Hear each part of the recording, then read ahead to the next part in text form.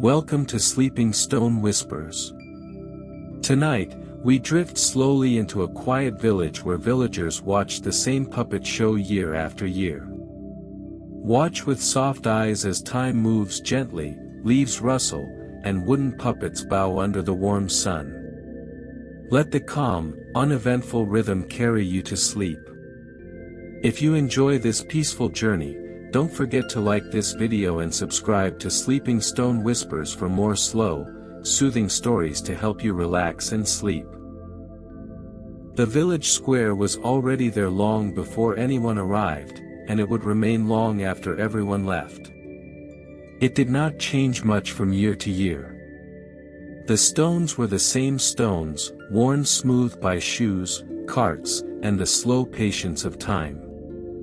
A thin layer of dust rested on them, undisturbed in the early hours of the morning, as if the square itself were still asleep. One by one, the villagers began to arrive. They did not come all at once. There was no rush, no sense of urgency. People stepped into the square gradually, at different times, from different directions, each following a familiar path they had walked many times before. Some entered from the narrow road near the grain fields, others from the lane that passed the bakery, and a few from the quiet path beside the old well. Their footsteps were soft and unremarkable, blending into the quiet sounds of the village waking up. The air was cool but not cold.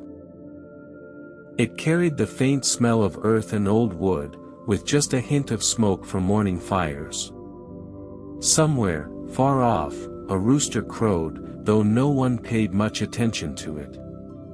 The sound had become part of the background of life, like the creak of doors or the slow turning of wagon wheels. An elderly man arrived first, as he often did. He walked carefully, not because he was weak, but because he had learned to move slowly over the years. He paused at the edge of the square, looking around as if checking that everything was in its proper place.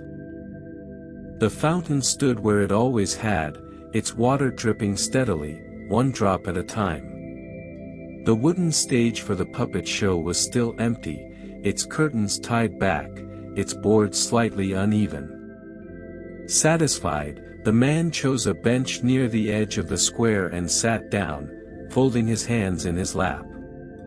A woman followed soon after, carrying a small basket.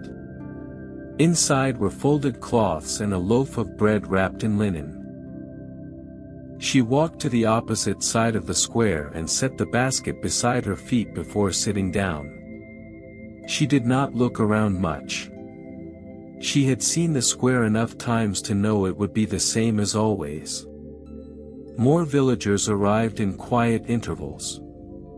A pair of friends greeted each other with a nod, exchanging no words. A family passed through, the children walking ahead while the adults followed at a measured pace. A man stopped briefly to adjust his shoe, then continued on without hurry. None of them seemed particularly excited, nor were they bored. They were simply there, arriving as they always did. The square slowly filled, though it never felt crowded. There was always space between people, small gaps where sunlight fell onto stone. The light moved gradually, inch by inch, as the sun climbed higher. Shadows stretched and shifted, then settled again, as if they too had no particular destination. Near the center of the square, the puppet stage waited. It was not large, and it was not new. The wood had faded over time, and the edges were worn smooth by hands that had touched it year after year.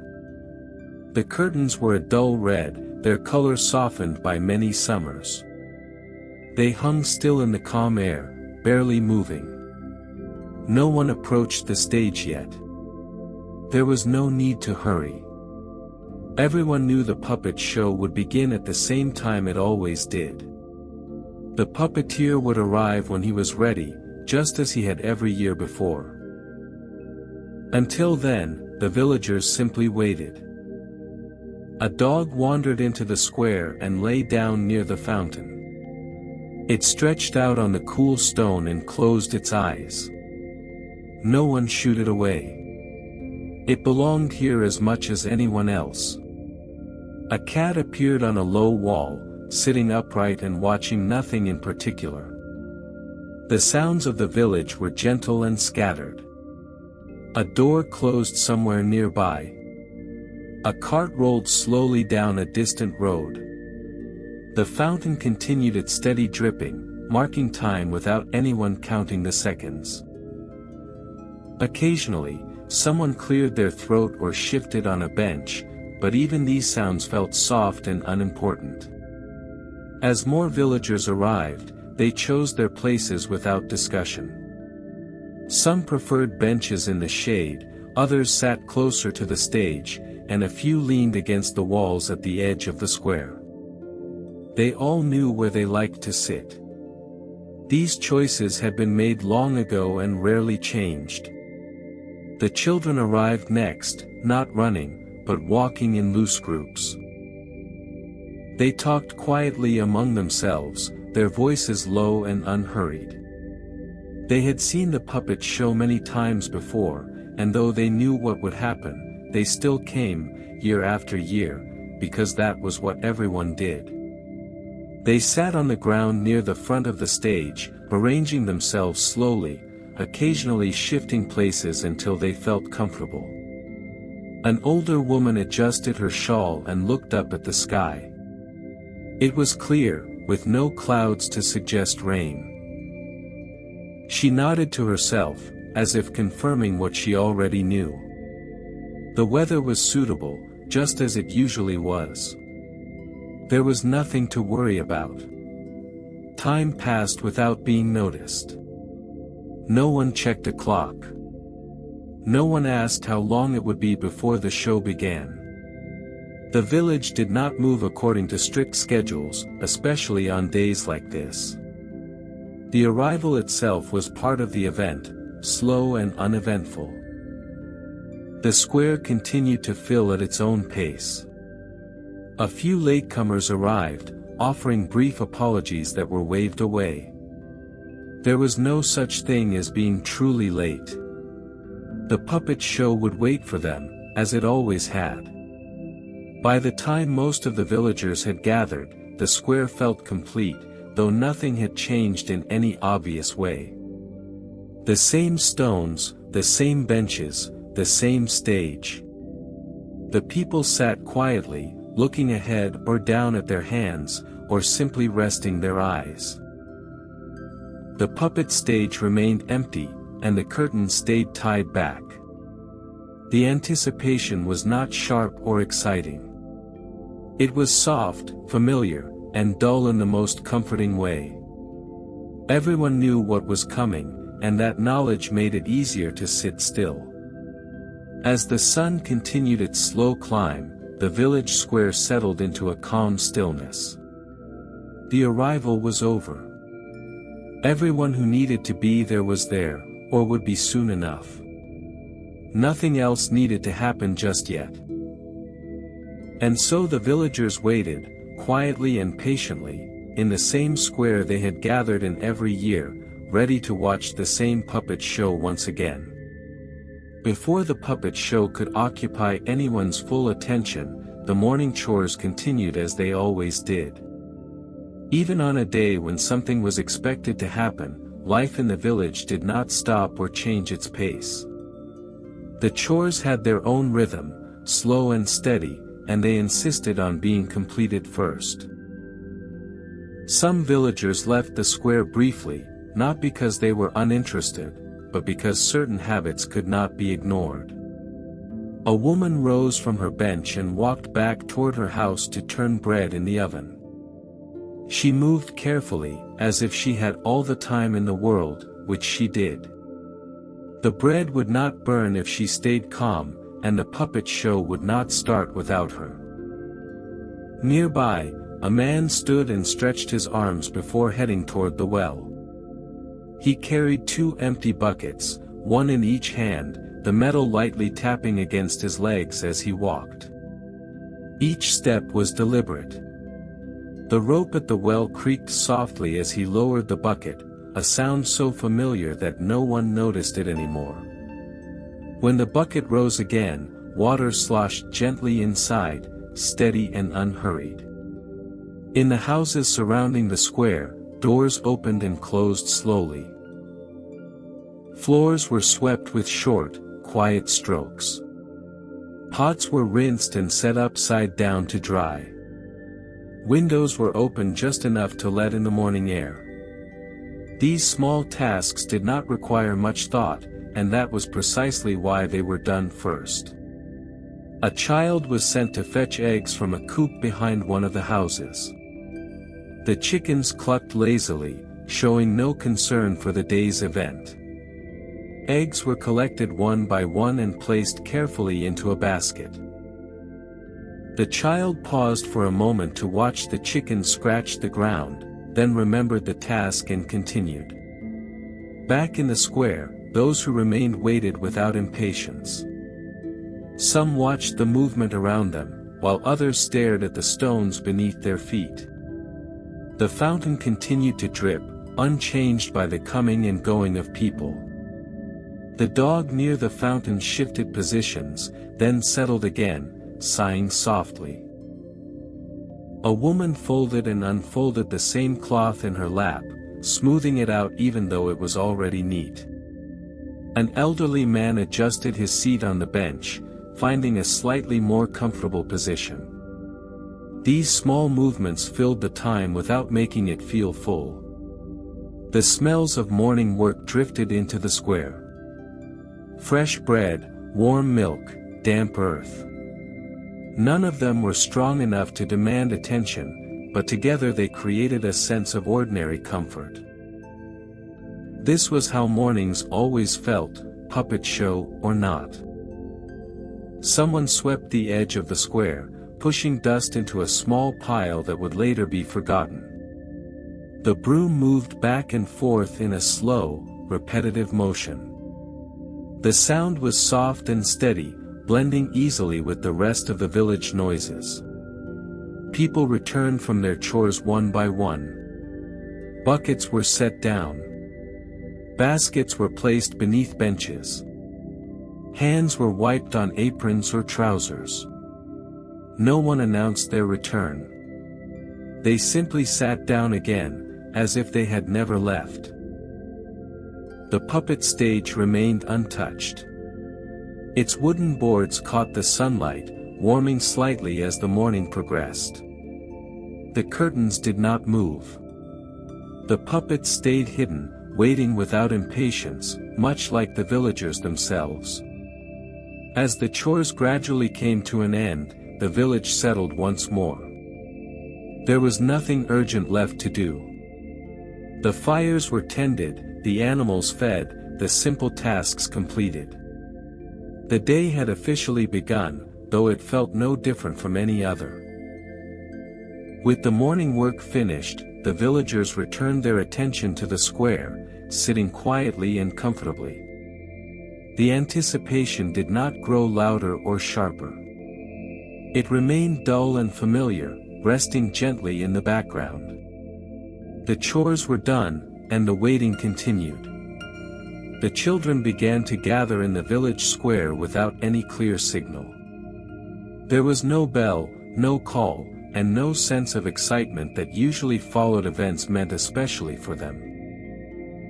They arrived the way children in the village always did, slowly, in small groups, or alone, drifting in from different directions as if pulled by habit rather than curiosity. A few came from the narrow lanes between houses, their footsteps light against the stone paths. Others wandered in from the fields at the edge of the village, brushing dust from their clothes as they walked. Some were sent by parents with gentle reminders to stay nearby and behave, though the reminders were hardly necessary. The children already knew how these days worked. They did not run. There was no need to run. They had seen the puppet show many times before and knew it would not begin early or suddenly. Instead, they walked at an easy pace, sometimes stopping to look at the ground, sometimes pausing to watch a bird perched on a roof or a cat stretched out in the sun. As they reached the square, they chose places near the front of the puppet stage. Sitting on the ground felt natural to them, and they arranged themselves without much discussion. One child sat down, then stood up again, deciding the spot was too sunny. Another shifted a little closer to the stage, then moved back when the wood cast a shadow. These small adjustments took time, but no one hurried them. Some children talked quietly, sharing remarks that went nowhere in particular. They spoke about nothing important, about a loose stone, a stick they had found earlier, or how the bread tasted that morning. Their voices stayed low, blending easily with the background sounds of the village. Laughter was rare and brief, fading quickly back into silence. A few children arrived later than the rest, glancing around before settling in. They nodded to friends, sometimes sitting close, sometimes leaving a small space between themselves and others. There were no arguments about where to sit. Everyone would see the show well enough. One child traced patterns in the dust with a finger, slowly and carefully. Another leaned back on their hands, staring up at the sky, watching clouds move at a pace even slower than their own thoughts. A younger child yawned and rested their head against an older sibling's shoulder. The adults paid little attention to the children, trusting them to remain where they were. This trust had been earned over many years of similar gatherings. The children understood the unspoken rules: sit, wait, watch, and do not make the day feel loud. The puppet stage remained quiet and unchanged. The curtains stayed tied, and nothing moved behind them. The children looked at the stage occasionally, not expecting anything to happen yet, just reminding themselves that it was there. As the last few children arrived and found their places, the front of the square settled into stillness. The gathering was complete, not because everyone had arrived, but because no one felt the need to move anymore. The children waited, calm and unbothered, just as they had every year before. At the center of the village square stood the old fountain, doing exactly what it had done for as long as anyone could remember. It did not splash or sing or sparkle in the sunlight. It simply dripped. One drop followed another, falling at a steady, patient pace into the shallow basin below. The stone of the fountain was worn smooth, its edges softened by time and water. Moss clung to the shaded side, dark and damp, while the sunlit surface appeared pale and dry. The villagers barely noticed these details anymore, though they passed the fountain every day. On this morning, as on every other, it continued its work without interruption. Drip. Pause. Drip.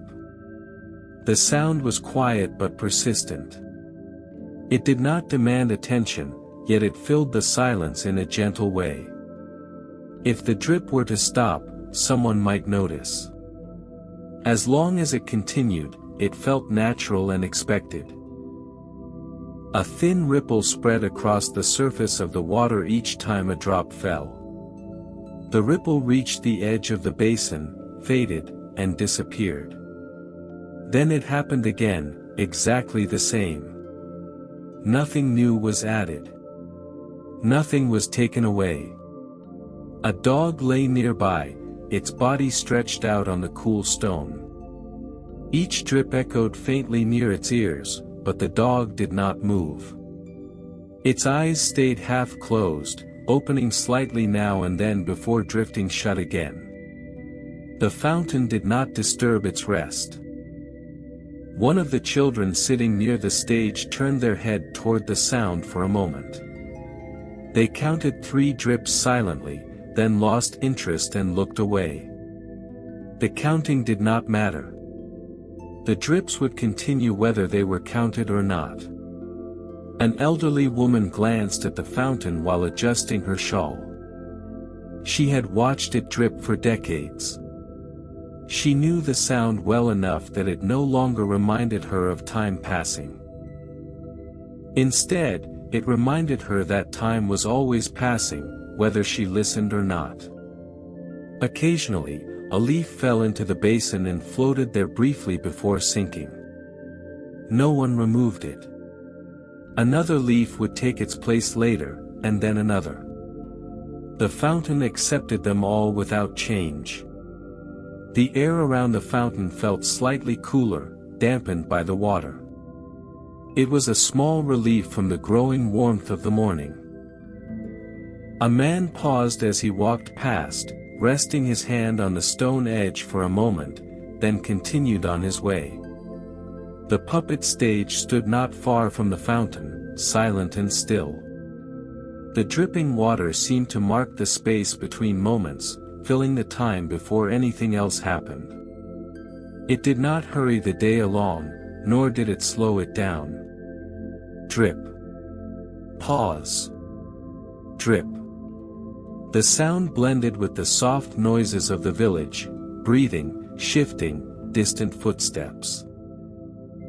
It became part of the background, as steady and unchanging as the square itself. And so the fountain continued to drip, patiently and endlessly, as the villagers waited, and the morning moved forward without notice. The cobblestones of the village square were never completely clean, nor were they meant to be. A fine layer of dust always rested on them, light enough to be disturbed by a passing foot, yet stubborn enough to return moments later. On this morning, the dust lay quietly, settling into the shallow gaps between stones as if it had nowhere else to be. Sunlight reached the square at a gentle angle, warming the stones one by one. Where the light touched, the dust became visible, pale and soft, almost blending with the stone itself. In the shaded areas, it remained darker, pressed down by cooler air. The difference was subtle and unremarkable. A man crossed the square slowly, his shoes brushing the surface of the cobblestones. With each step, a small cloud of dust lifted and then fell again, drifting back into place. The dust did not travel far. It simply rose, hesitated, and settled, as if tired from the effort. Children near the stage shifted their positions, and their movements disturbed the ground beneath them. Fine grains clung to their clothes and hands. No one bothered to brush them away. Dust was expected. It belonged here as much as the stones did. A light breeze passed through the square, barely strong enough to move the air. It lifted the dust just slightly, enough to make it shimmer for a brief moment before it returned to rest. The breeze continued on, leaving the square unchanged. Near the edge of the fountain, damp patches kept the dust from settling evenly. The stones there appeared darker and smoother, shaped by years of water dripping and feet passing by. Elsewhere, the dust softened the surface, filling cracks and dulling sharp edges. An elderly man tapped his cane against the ground once, more out of habit than need. The sound was dull, muffled by the dust and stone together. A small circle cleared beneath the tip of the cane, revealing the darker stone underneath. Within moments, dust began to settle there again, slowly covering the mark. No one paid attention to these small changes. The dust was always moving in such quiet ways that it hardly seemed to move at all. It shifted with each step, each breath of air, then returned to stillness. The puppet stage cast a faint shadow across part of the square.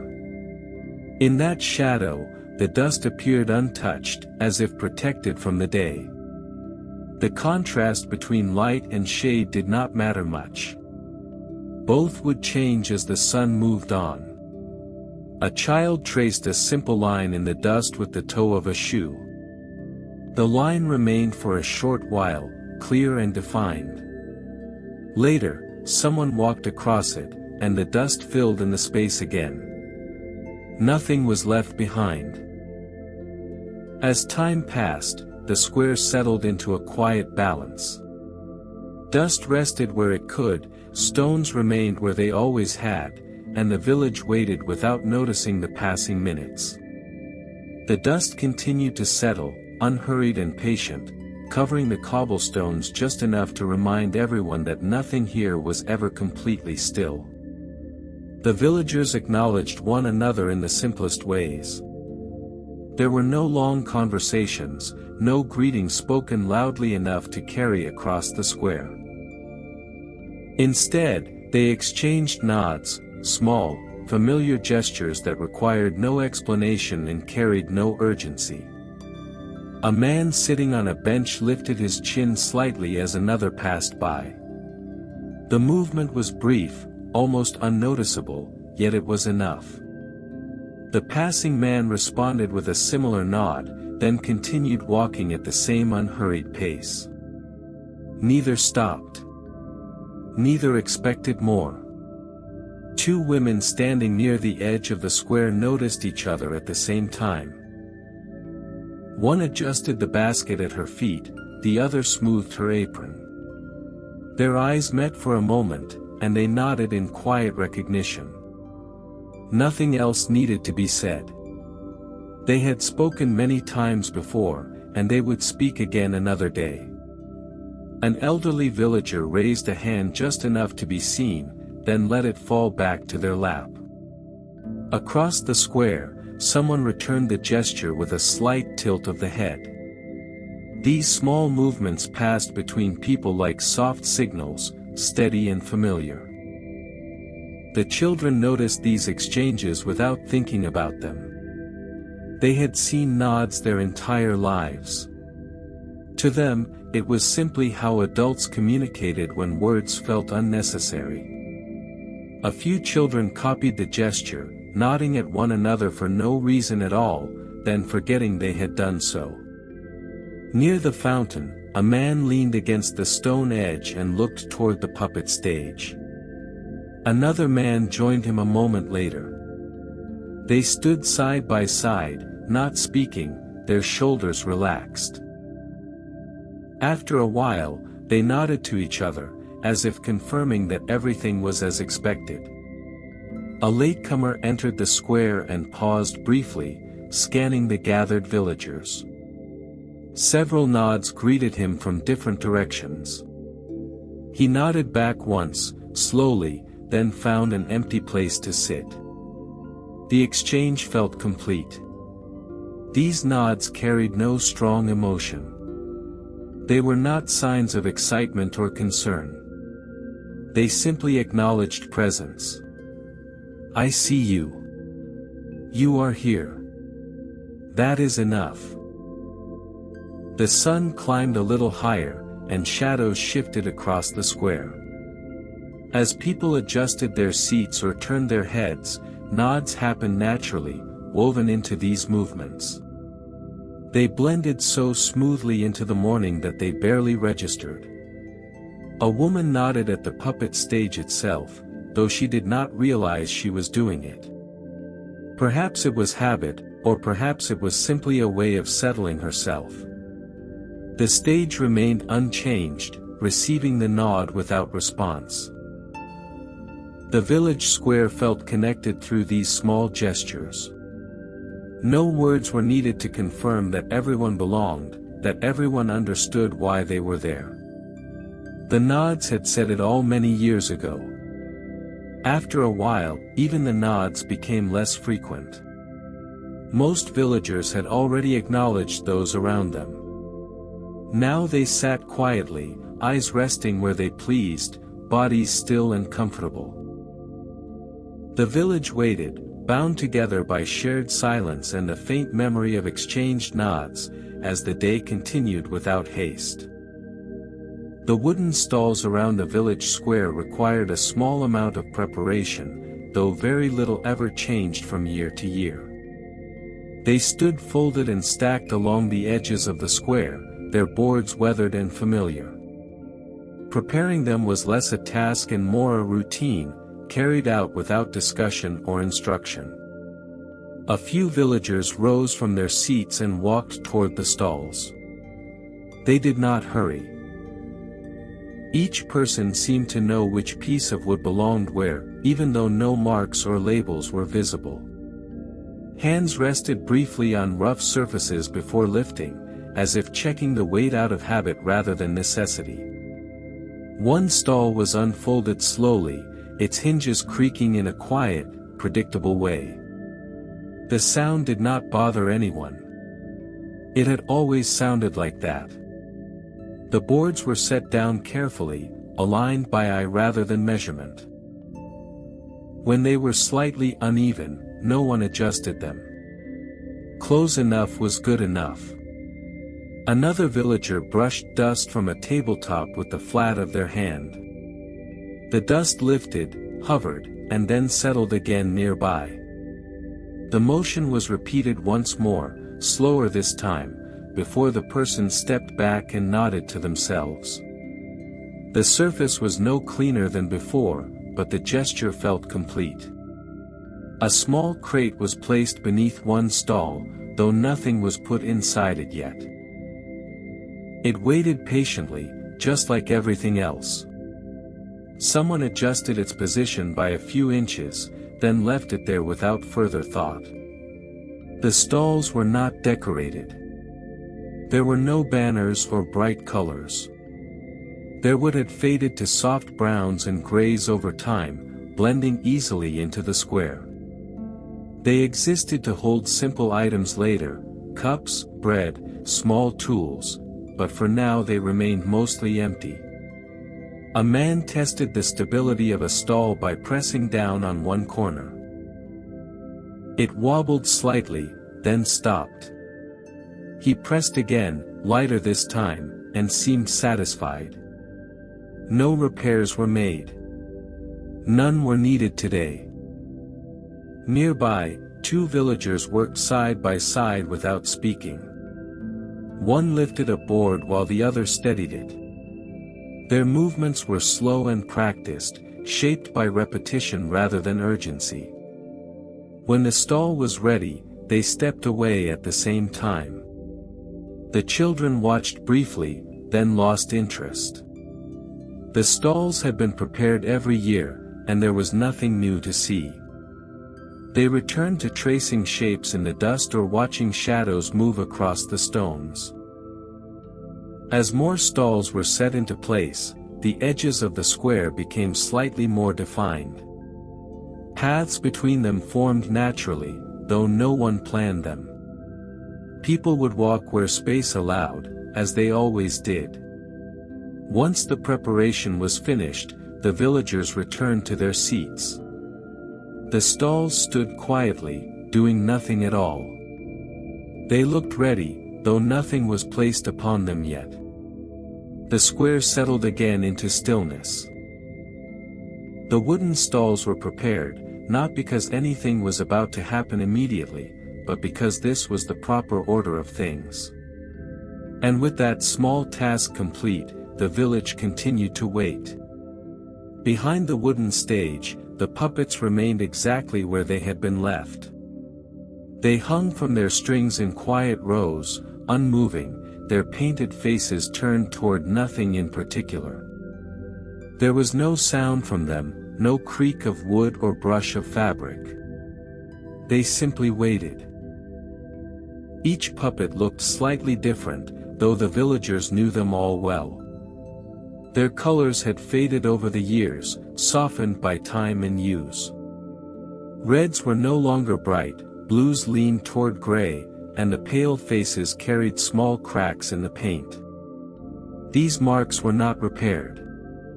They were familiar, and familiarity was enough.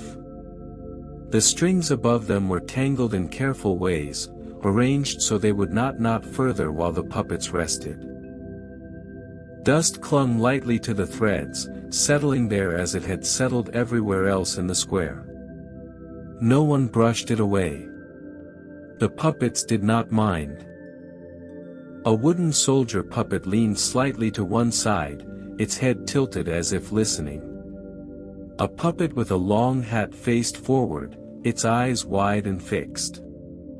Another puppet's arm rested lower than the other, not raised or lowered with intention, just left as it had been. These positions never stayed exactly the same from year to year, but they were close enough.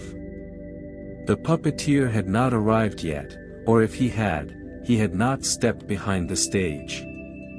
The puppets did not react to this absence. They had waited before, and they would wait again. Time did not affect them in the way it affected the villagers.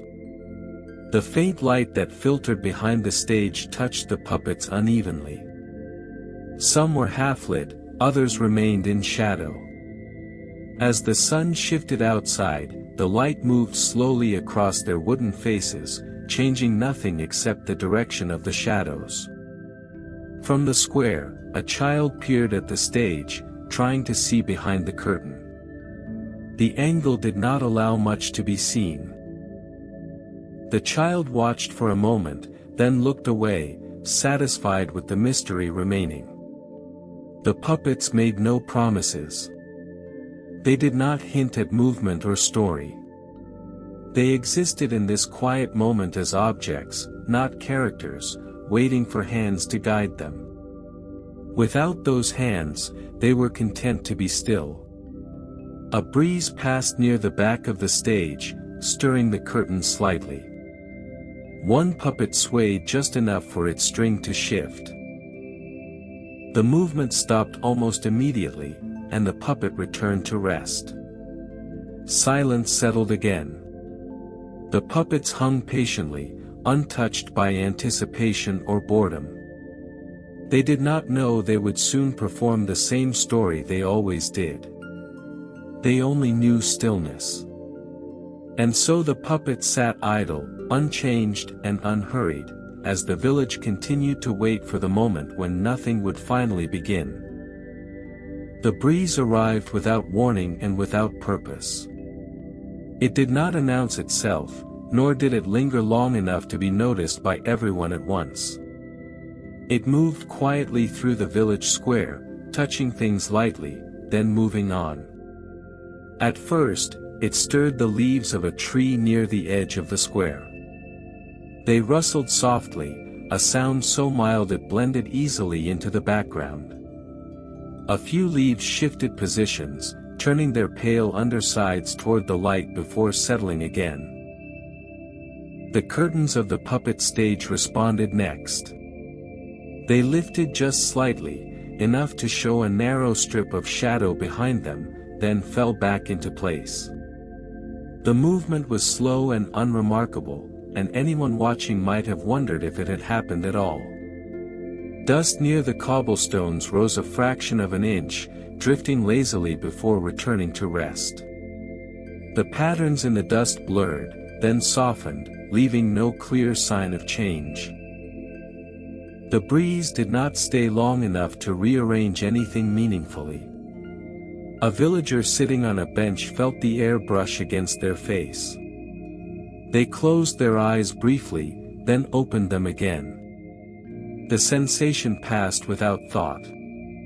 Another adjusted their shawl, pulling it closer without looking down.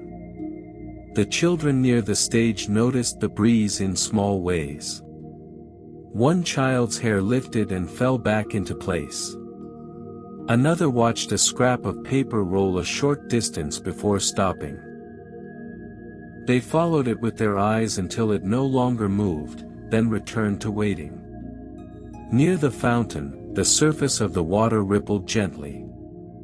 The steady drip continued, unaffected, but the reflection of the sky wavered for a moment before smoothing out again. The fountain returned to its familiar stillness. Behind the stage, a few puppet strings swayed lightly. One puppet turned slightly, then stopped. The movement was barely enough to be called movement at all. The puppets remained where they were, idle and quiet.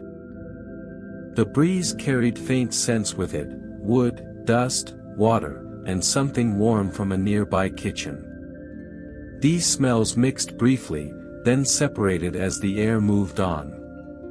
As quickly as it arrived, the breeze passed beyond the square. The leaves stopped rustling. The curtains stilled. The dust settled once more into the spaces between stones. Nothing had changed, yet the square felt momentarily refreshed, as if reminded of the world beyond its boundaries. The villagers continued to sit quietly, barely aware that the breeze had come and gone.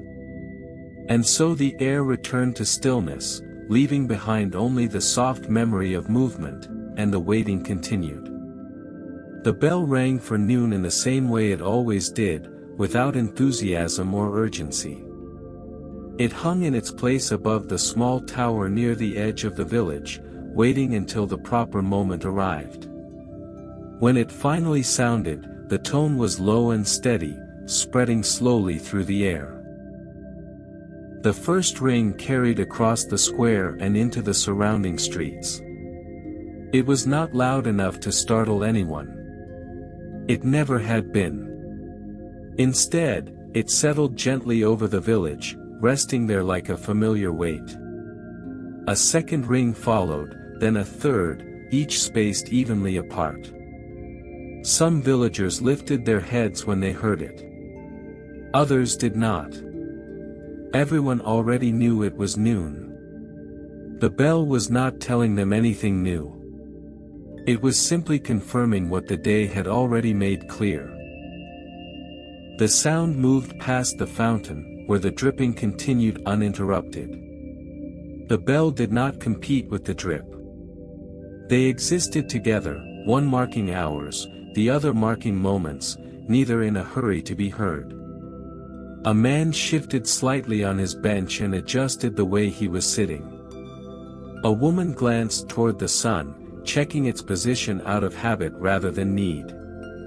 The children paused their quiet movements for a moment, listening, then returned to stillness as the sound faded.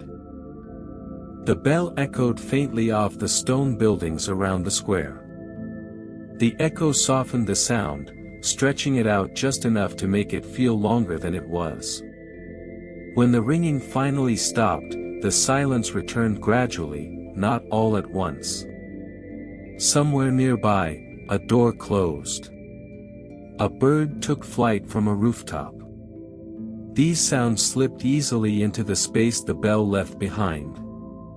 The village did not feel interrupted. It felt unchanged. The noon bell marked a boundary that few people crossed. It separated morning from afternoon, but only in name. The light continued to shift as it had been doing all day. Shadows shortened slightly, then held their shape.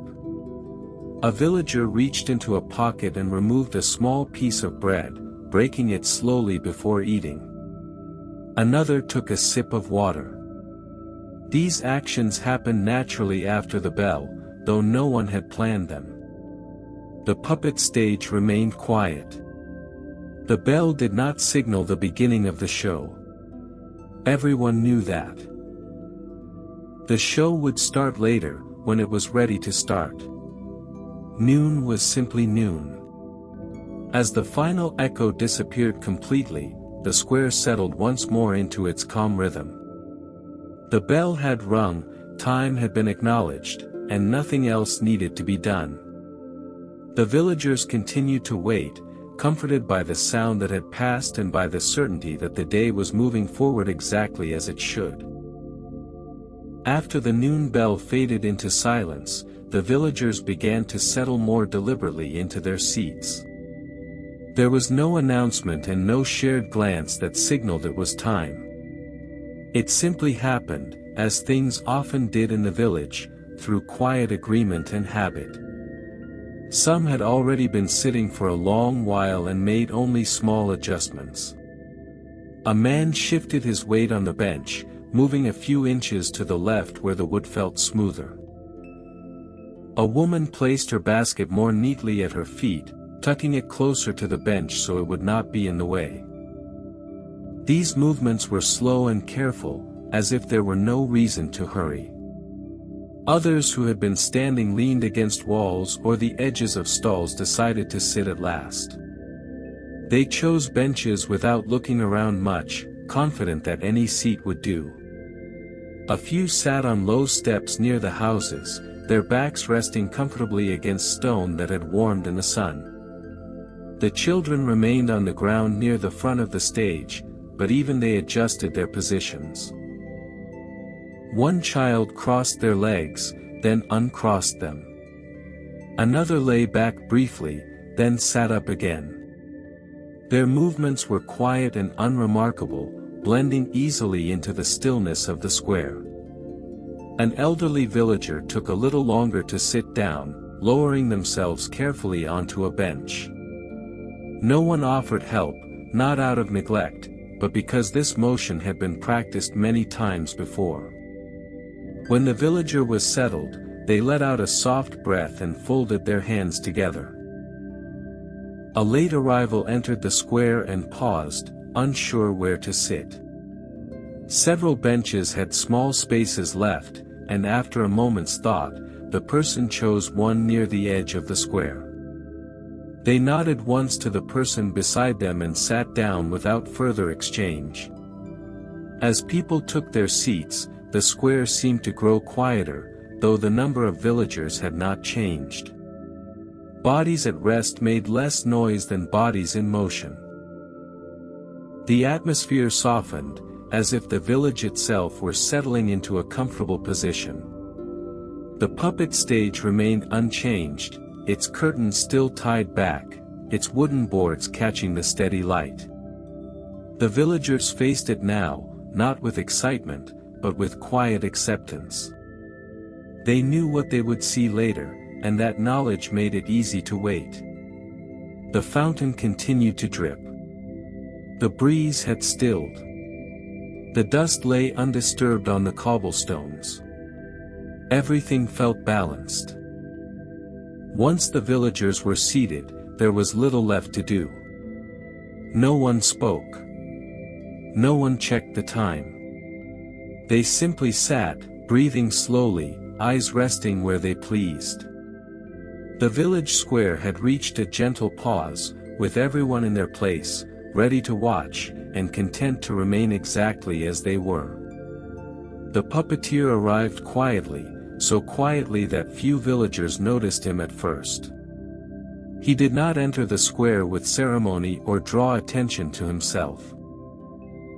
He simply appeared behind the stage, as he always did, at a moment that felt neither early nor late. He set down a small wooden box beside the stage and opened it slowly. Inside were tools that looked much older than they needed to be, a cloth worn thin, a small knife with a dull handle, and several neatly coiled strings. He did not rush to use them. For a moment, he simply stood there, looking at the puppets as if checking that they were all present. One by one, he lifted the strings between his fingers. He pinched them lightly, testing their tension. Some strings were adjusted by a fraction, tightened or loosened just enough to feel right. Others were left exactly as they were. These changes were small and difficult to notice, even for someone watching closely. The puppeteer moved with practiced slowness. He did not hurry, and he did not pause dramatically. Each action followed the last in a calm sequence. Lift a string. Check the knot. Smooth the thread. Move on. A puppet's arm was raised slightly, then lowered again. Its head turned a little to one side before returning to face forward. The puppeteer watched these movements carefully, his eyes steady, his expression unchanged. When he seemed satisfied, he nodded to himself once. Behind the curtain, the sound of strings brushing against wood was faint and soft. It blended easily with the quiet noises of the square. No one in the audience spoke. Those who noticed the puppeteer's arrival simply continued sitting, their attention drifting without focus. A child leaned forward slightly, trying to see more clearly. The view did not improve much. The puppeteer remained mostly hidden, his hands appearing and disappearing as he worked. After a moment, the child leaned back again. One string was replaced entirely. The puppeteer removed it carefully, coiling it before placing it back into the box. The new string was tied slowly, the knot formed with steady fingers. He pulled gently to test it, then released it without comment. The puppets responded to these adjustments with brief, unintentional movements. A leg swung lightly. A hat tilted. Each motion ended almost as soon as it began, returning the puppets to stillness. When the puppeteer finished, he wiped his hands on the cloth and closed the box. He did not look out at the villagers. There was no reason to. Everything was as it should be. He stepped back and stood quietly behind the stage, waiting. The strings hung neatly, the puppets rested, and nothing yet resembled a performance. The villagers remained seated, calm and patient. The strings had been adjusted, the preparations nearly complete. And still, there was no need to begin. As the waiting continued, small conversations began to surface among the villagers. They were not meant to be heard by everyone, only by those sitting close enough to listen without effort. Voices stayed low, almost blending into the quiet of the square. Two women leaned slightly toward each other on a bench. One mentioned the weather, noting that it felt much like it had the year before. The other agreed, adding that the mornings had been cooler recently. The exchange ended there, neither feeling the need to say more. Nearby, a man commented softly about the bread he had baked that morning. The person beside him nodded and replied that the ovens had been working well lately. Their words moved slowly, leaving long pauses between sentences. Silence was allowed to return each time without discomfort. The children whispered too, though their conversations wandered quickly. One asked if the puppets would do the same story again. Another answered that they always did. This seemed to satisfy them, and they fell quiet, their attention drifting back to the stage. An elderly villager shared a short memory about watching the puppet show many years ago. The listener smiled faintly, though the story had been heard before. Familiar stories did not lose their place here. They simply softened with repetition. These whispered tones did not disturb the square. They rested gently on the air, rising and fading without leaving a mark. No one raised their voice, and no laughter lingered long enough to echo. Between conversations, there were long stretches of quiet. People listened not for words, but for the feeling of being together. The fountain's drip and the occasional creak of wood filled the gaps easily. A man cleared his throat quietly before saying nothing at all. A woman began to speak, then stopped, deciding the thought did not need to be shared. These moments passed without notice. The puppeteer remained still behind the stage, waiting. The puppets hung motionless, their strings settled after being adjusted. Nothing responded to the whispers, and nothing needed to. Gradually, the small talk slowed. Words became fewer, pauses longer. The villagers seemed content to let silence return, knowing it would not feel empty. The square returned to near stillness, with only the faint memory of whispered voices lingering in the air. The waiting continued, unbroken and calm, just as it had always been. The dog entered the village square without any particular direction in mind. It did not seem to be going anywhere important, nor did it appear to be in a hurry. Its pace was slow, measured by instinct rather than intention, as if it were simply following the path that felt easiest. Its fur was a mix of dull brown and gray, uneven in places where it had grown longer. Dust clung lightly to its legs, and one ear bent slightly forward while the other rested back. The dog paused near the edge of the square, sniffing the ground with mild interest, then continued on. As it walked, the dog passed close to the fountain. The steady dripping did not bother it. The dog lowered its head and drank briefly, lapping the water in quiet, steady motions. When it finished, it lifted its head and stood still for a moment, water dripping from its mouth before falling back into the basin. No one called to the dog. No one tried to pet it or move it along. The villagers were used to its presence. It had wandered through the square many times before, always calm, always unimportant. The dog moved toward the benches, weaving gently between legs without touching anyone. It seemed to know where space existed, navigating the square without effort. A child watched it pass, then looked away when nothing interesting followed. Near the front of the stage, the dog stopped again and sat down. It scratched its neck slowly, then stood back up. The motion stirred a little dust, which settled again almost immediately. A man glanced down at the dog and shifted his feet slightly to give it room. The dog did not acknowledge this kindness. It simply continued on, nose close to the ground, tail relaxed and still. For a moment, the dog lay down in a patch of shade cast by the puppet stage. It rested its head on its paws and closed its eyes. The square continued around it, unchanged. After a short while, the dog opened one eye, then the other, and stood again. It walked toward the edge of the square where the stalls stood. There, it paused once more, sniffed a wooden leg, and then turned away.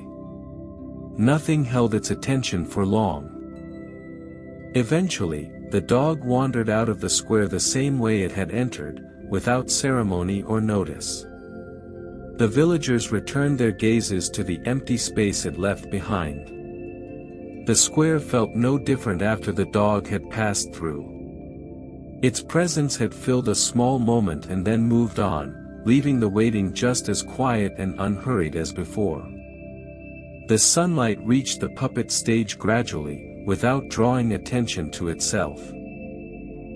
It did not arrive all at once, nor did it change the way the stage looked in any dramatic way.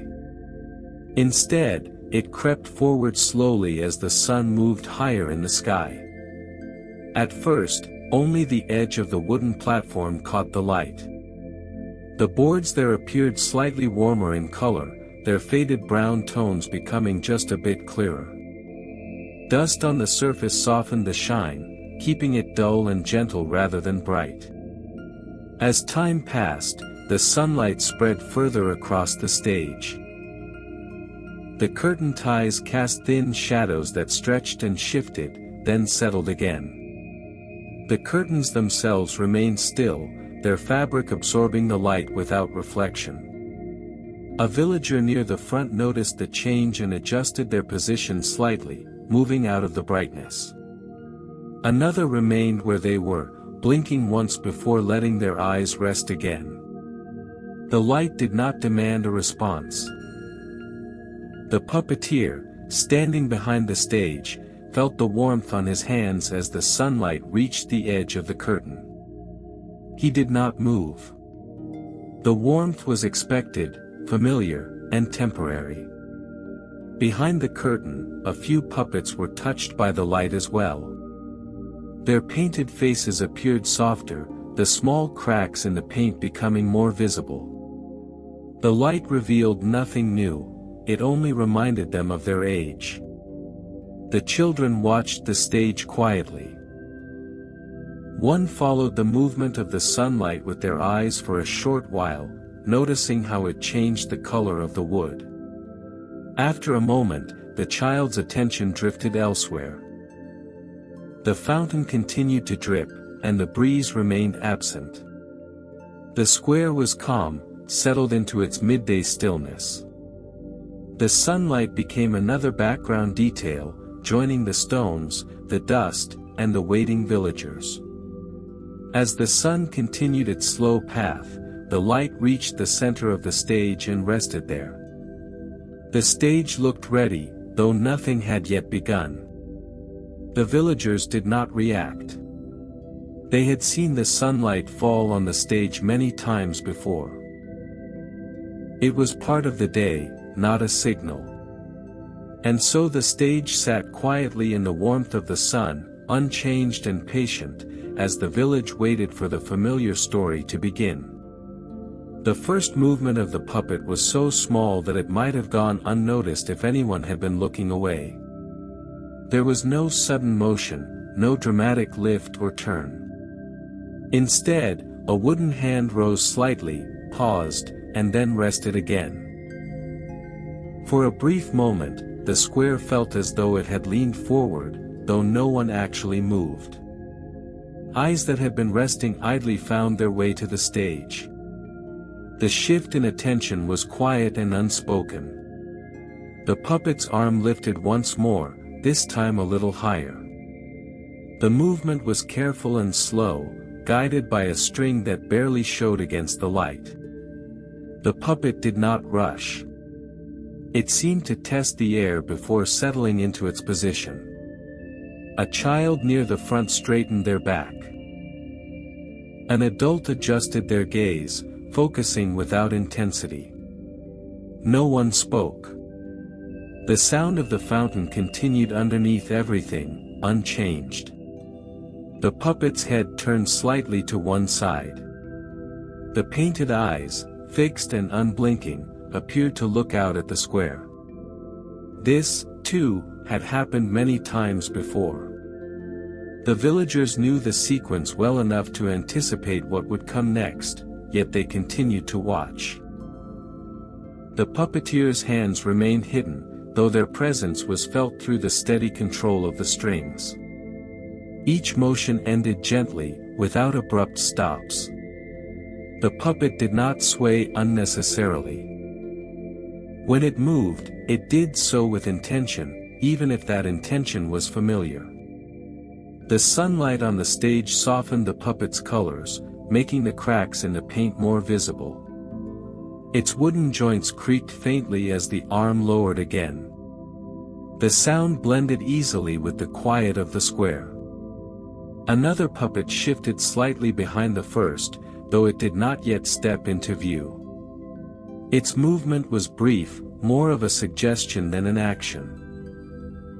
The focus remained on the first puppet, which now stood still again. The villagers remained seated, their bodies relaxed. There was no applause, no reaction beyond watching. The beginning of the story was not exciting, it was expected.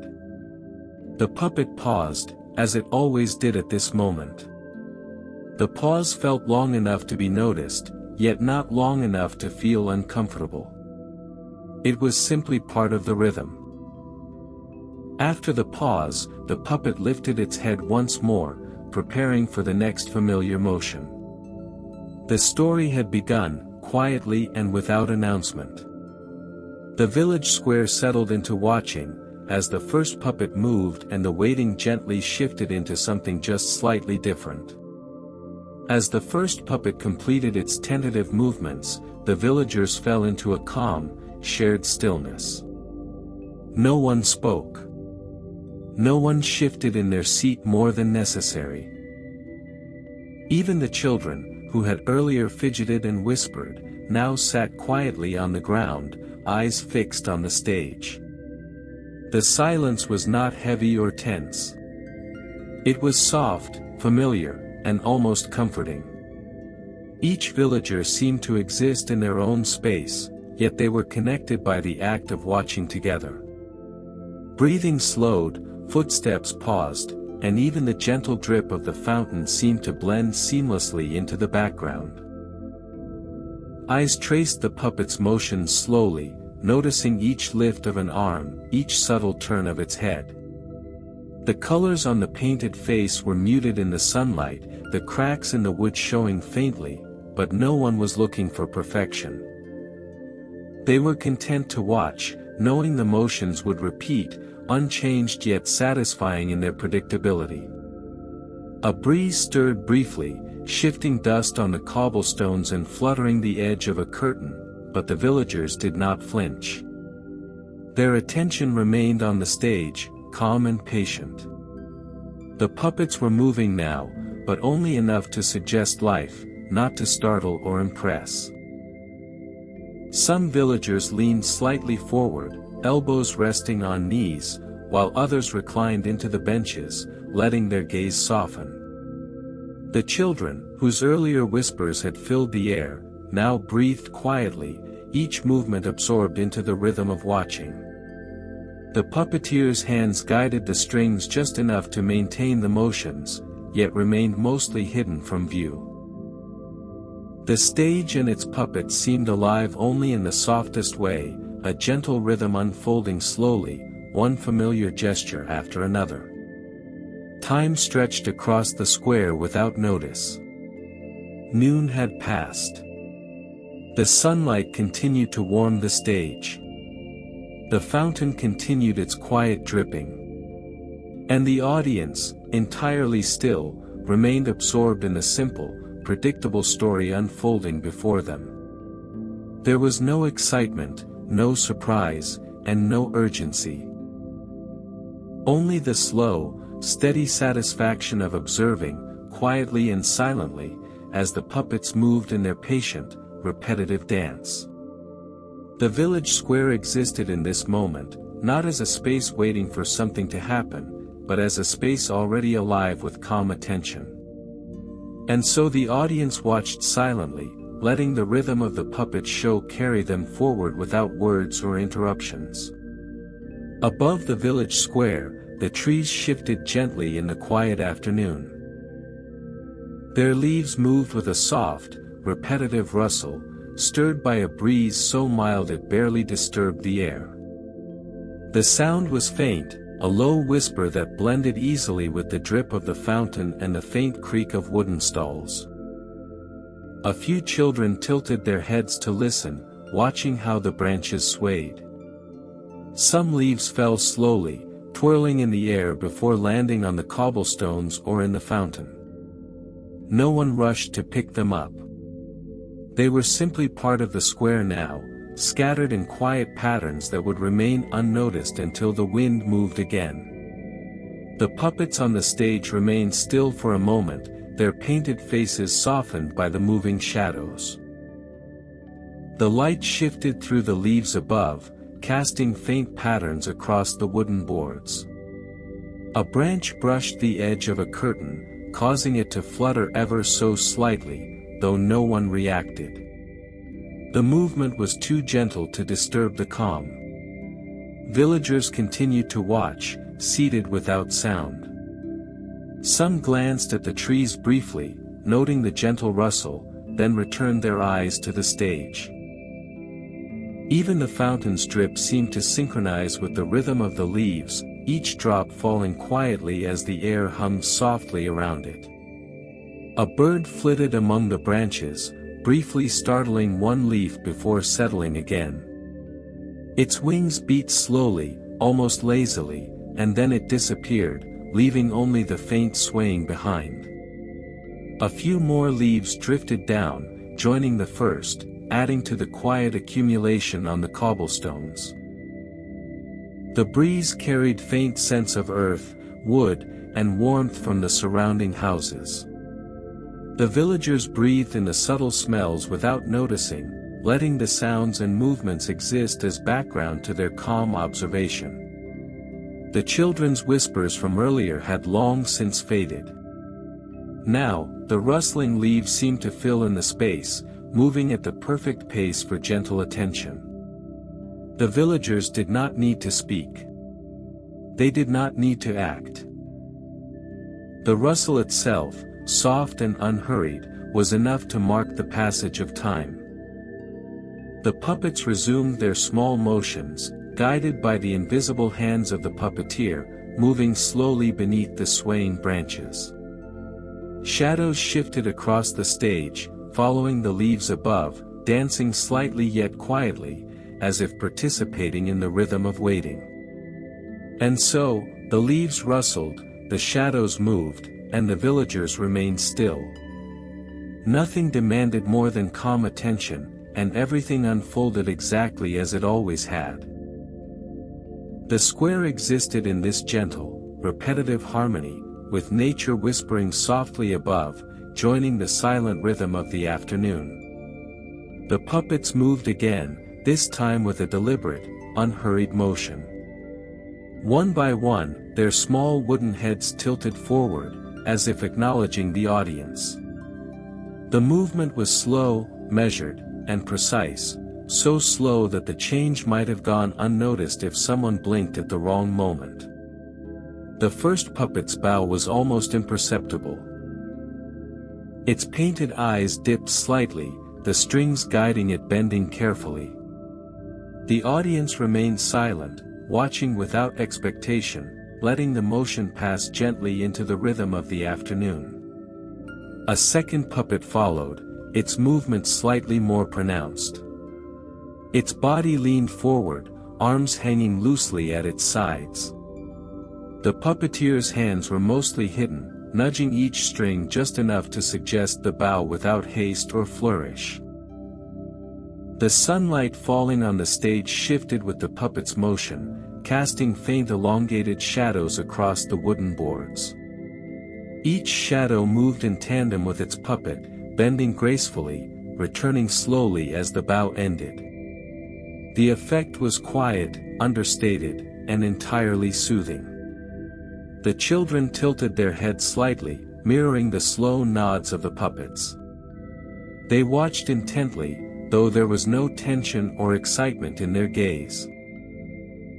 The adults remained steady, leaning back on benches or sitting cross-legged, eyes soft and unfocused, simply observing.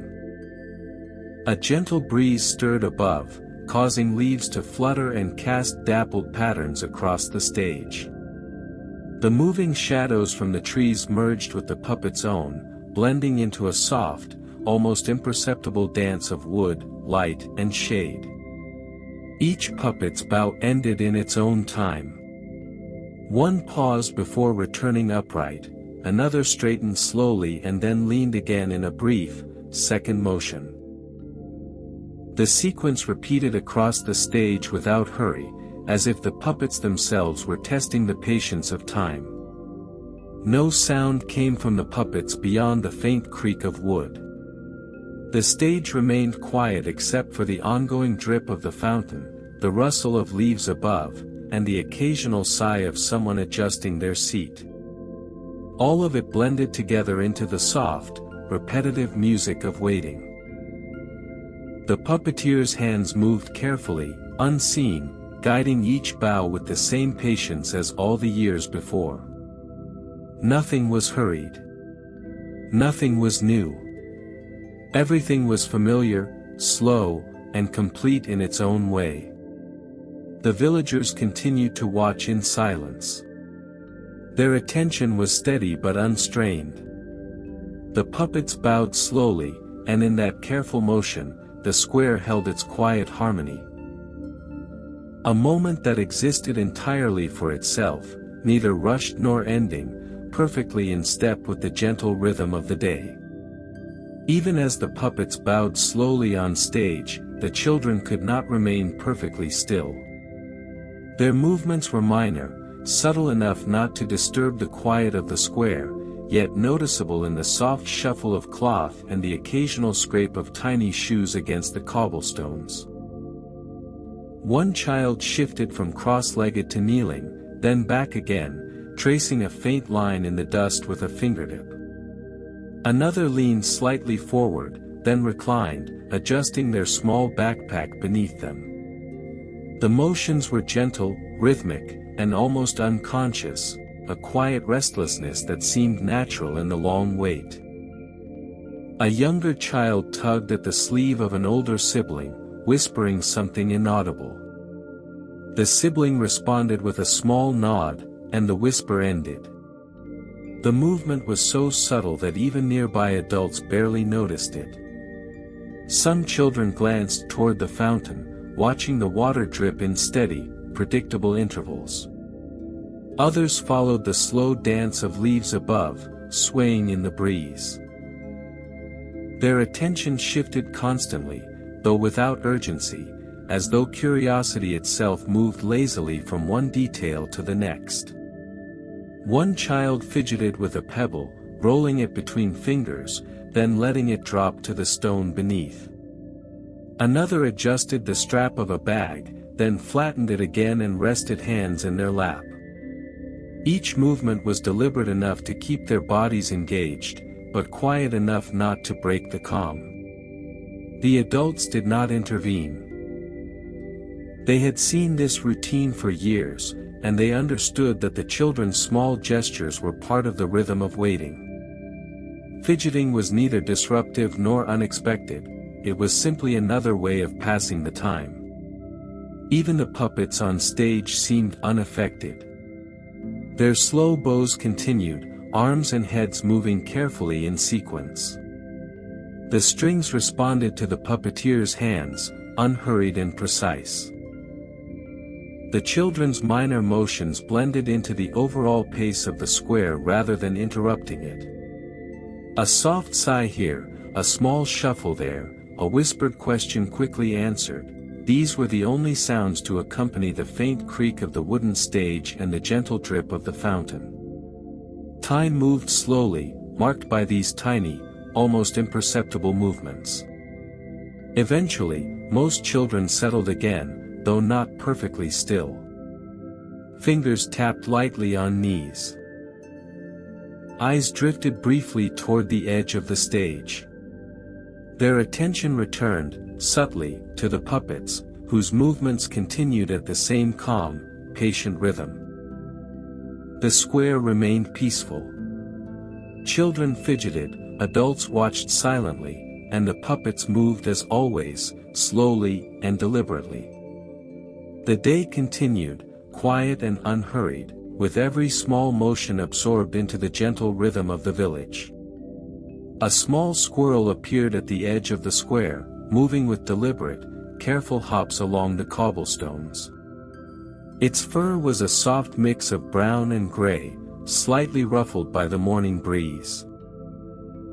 The villagers barely noticed, for the squirrel's movements were gentle and unobtrusive, blending into the quiet rhythm of the day. It paused near the fountain, sniffing the air with twitching whiskers. The dripping water seemed to interest it little, though it occasionally dipped its tiny paws into the shallow basin before retreating. Its movements were quick but subtle, measured enough not to startle anyone nearby. From the corner of the square, children noticed first. One leaned forward, eyes wide but silent, following the squirrel's tiny jumps. Another pointed with a finger, but only barely, whispering a name that no one else heard. The gestures were small, almost swallowed by the gentle stillness around them. The squirrel leaped again, this time onto a low bench. It landed softly, paws gripping the wood without sound. A leaf brushed against its tail, and it twitched slightly before hopping down onto the stones once more. Each jump seemed to be part of a careful exploration, neither hurried nor chaotic. The puppets on stage remained perfectly still, their painted faces unchanging as the squirrel passed by. The puppeteer's hands moved quietly, guiding strings through slow, deliberate motions. The tiny creature had no effect on the rhythm of the show, it was simply another presence in the calm square. Adults glanced briefly in the squirrel's direction, mostly out of habit. One nodded slightly at a friend who had noticed too, but no words were exchanged.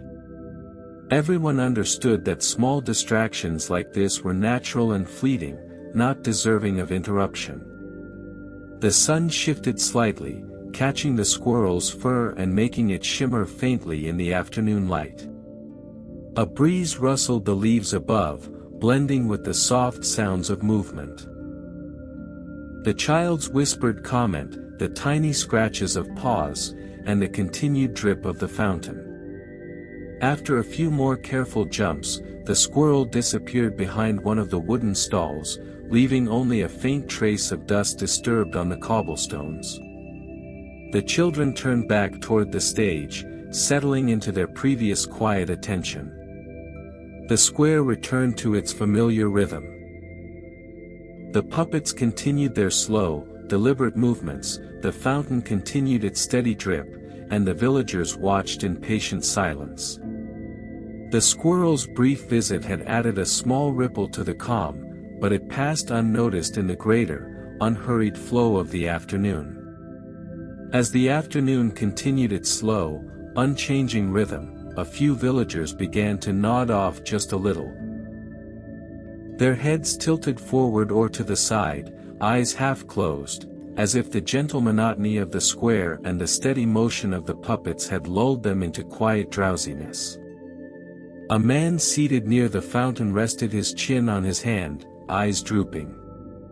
The dripping water, the faint rustle of leaves above, and the soft warmth of the sun seemed to blend together, each sound and sensation a gentle invitation to rest. He did not fall completely asleep. He simply relaxed, letting his body ease into the bench. Nearby, an elderly woman leaned against the back of her seat. Her shawl fell loosely around her shoulders, and she breathed slowly, steadily. Occasionally, her eyelids would flutter, as if checking that the world was still as it had been moments before. Each time, the puppets continued their movements without notice. Children, too, felt the calming weight of the afternoon. Some rested their heads on folded arms, while others let their eyes drift closed for brief moments. Their small movements slowed, their fidgeting decreasing almost imperceptibly. Even the rustle of hair or shifting of feet became quieter. The puppets continued their deliberate motions on stage, bowing, raising tiny arms, and tilting heads in their familiar pattern. The puppeteer's hands guided them gently, almost invisibly, and the sunlight moved slowly across the boards, marking the passage of time with subtle warmth. A light breeze stirred the leaves above, brushing dust lightly across the cobblestones. Even this small sound seemed to fade in importance compared to the steady rhythm of waiting, the soft repetition of motions, and the gentle warmth of the day. Some villagers shifted slightly as they nodded off, readjusting their position before settling again. No one stirred abruptly or disturbed another, the calm of the square was shared, even in sleep. Each small nod or slow blink was part of the overall stillness, absorbed into the slow pace of the afternoon. The fountain's drip, the puppet stage, the drifting shadows, and the subtle sounds of the village all merged into a quiet harmony.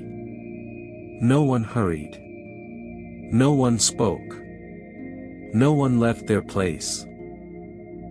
The village existed in this gentle, drowsy state, where slight nods and soft breaths blended seamlessly with the world around them. The square waited, the puppets moved, and the villagers rested, just slightly, in the warmth and rhythm of the day.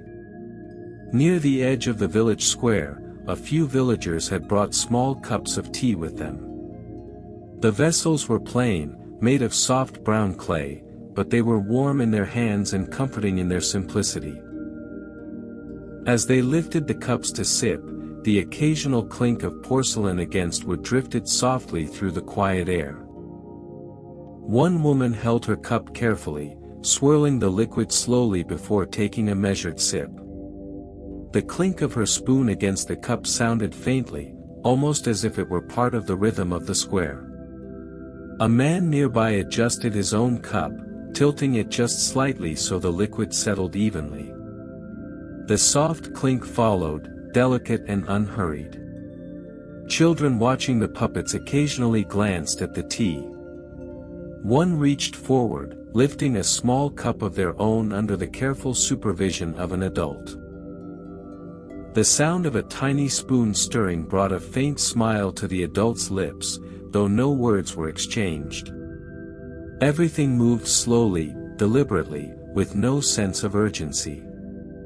The puppets continued their motions on stage, arms lifting, heads bowing, tiny gestures unfolding at a measured pace. The puppeteer's hands guided them with precision, completely unaffected by the distant clinks and quiet sipping.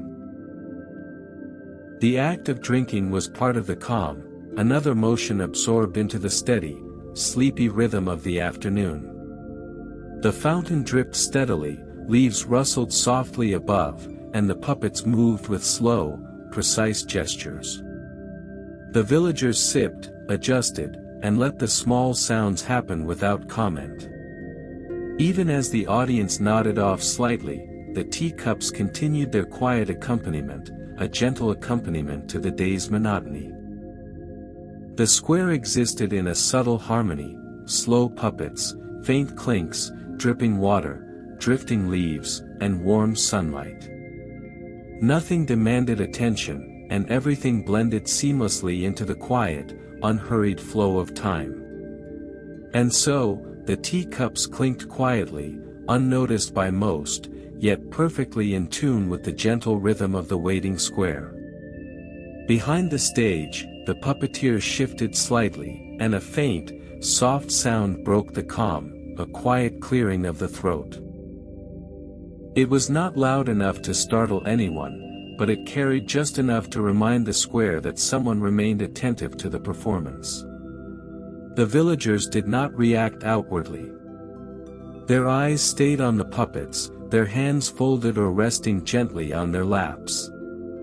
Even the children paused their small fidgeting for a brief moment, noticing the sound without comment.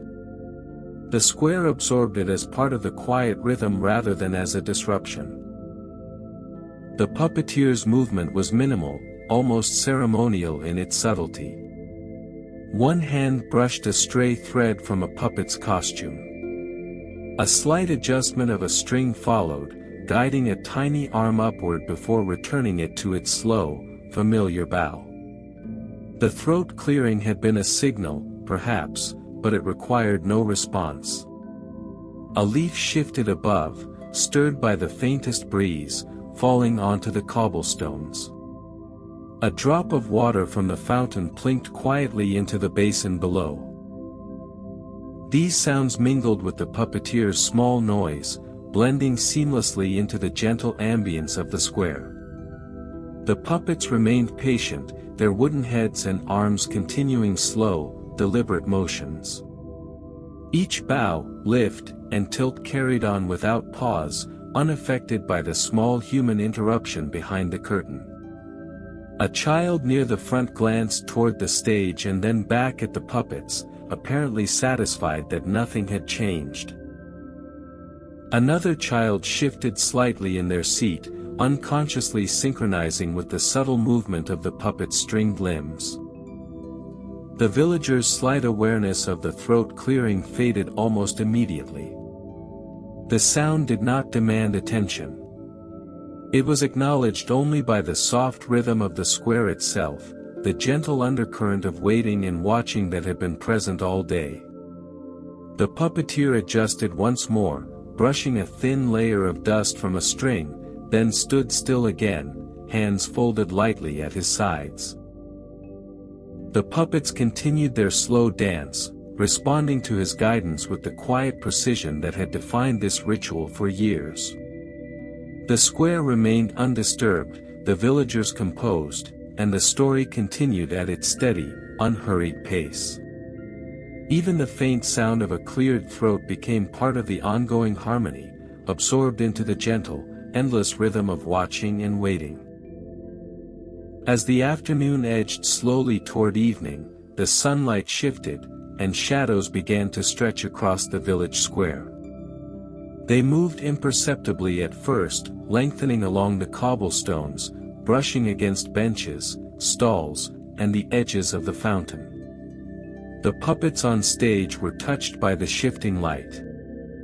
Their painted faces softened in the fading sun, and their wooden limbs cast thin, elongated shadows that stretched behind them like quiet echoes of their movements. The puppeteer's hands remained mostly hidden, adjusting strings only subtly, as if to respect the gentle rhythm of the changing day. Villagers noticed the shadows without comment. A man leaned slightly back on his bench, letting the lengthening darkness fall across his shoulders. A woman adjusted her shawl, letting the shadow touch her arms before settling. Children paused their fidgeting for a moment, tracing the dark lines across the stones with their eyes rather than moving their bodies. The fountain continued its steady drip, each drop catching a faint shadow in the golden light before falling into the basin. Leaves in the trees above swayed slightly, adding their own moving patterns to the growing tapestry of shade on the square. Even the dust seemed darker, highlighted by the long, stretching lines of sunlight. The puppets performed their slow, deliberate motions.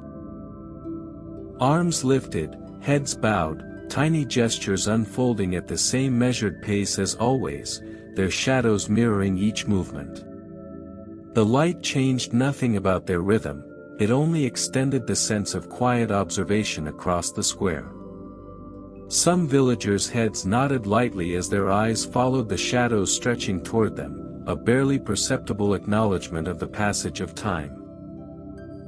The children returned their attention to the stage, their earlier restlessness softened by the calm that accompanied the slow, steady growth of shadow. The puppeteer adjusted one string carefully, guiding a tiny arm higher before letting it descend in time with the lengthening light. His hands moved slowly, with practiced patience, blending seamlessly into the gentle flow of the afternoon. The square remained calm, still, and uninterrupted. Shadows stretched across the stones, across the benches, and across the villagers themselves, merging with the slow, quiet motions of the puppets. The square existed in this moment of elongating light, neither hurried nor tense, perfectly in rhythm with the gentle, unchanging pace of the day. Evening approached without urgency. Shadows deepened, and the village continued to watch, breathe, and wait, absorbed into the soft, measured harmony of sun, shade, and stillness. After a long stretch of quiet watching, a few villagers began to clap, not loudly, not urgently, but gently, as if their hands were testing the motion before committing fully. The sound was soft, measured, and almost hesitant, blending into the steady rhythm of the square. One clap followed another, separated by long pauses, so that the noise never disturbed the calm. Children pressed their palms together lightly, their movements mimicking the adults around them. The sound carried faintly across the cobblestones, gentle enough to be noticed but not demanding attention. The puppets continued their motions, unfazed by the tiny noise. Arms rose, heads tilted, and bows were completed with the same deliberate pace. The puppeteer's hands moved subtly, guiding strings in slow sequences, entirely unaffected by the soft acknowledgement from the audience. The sunlight had shifted lower, casting warm, mellow light across the stage. The shadows stretched and softened. Each clap created a faint echo, merging with the distant drip of the fountain, the rustle of leaves, and the occasional sigh of a dozing villager.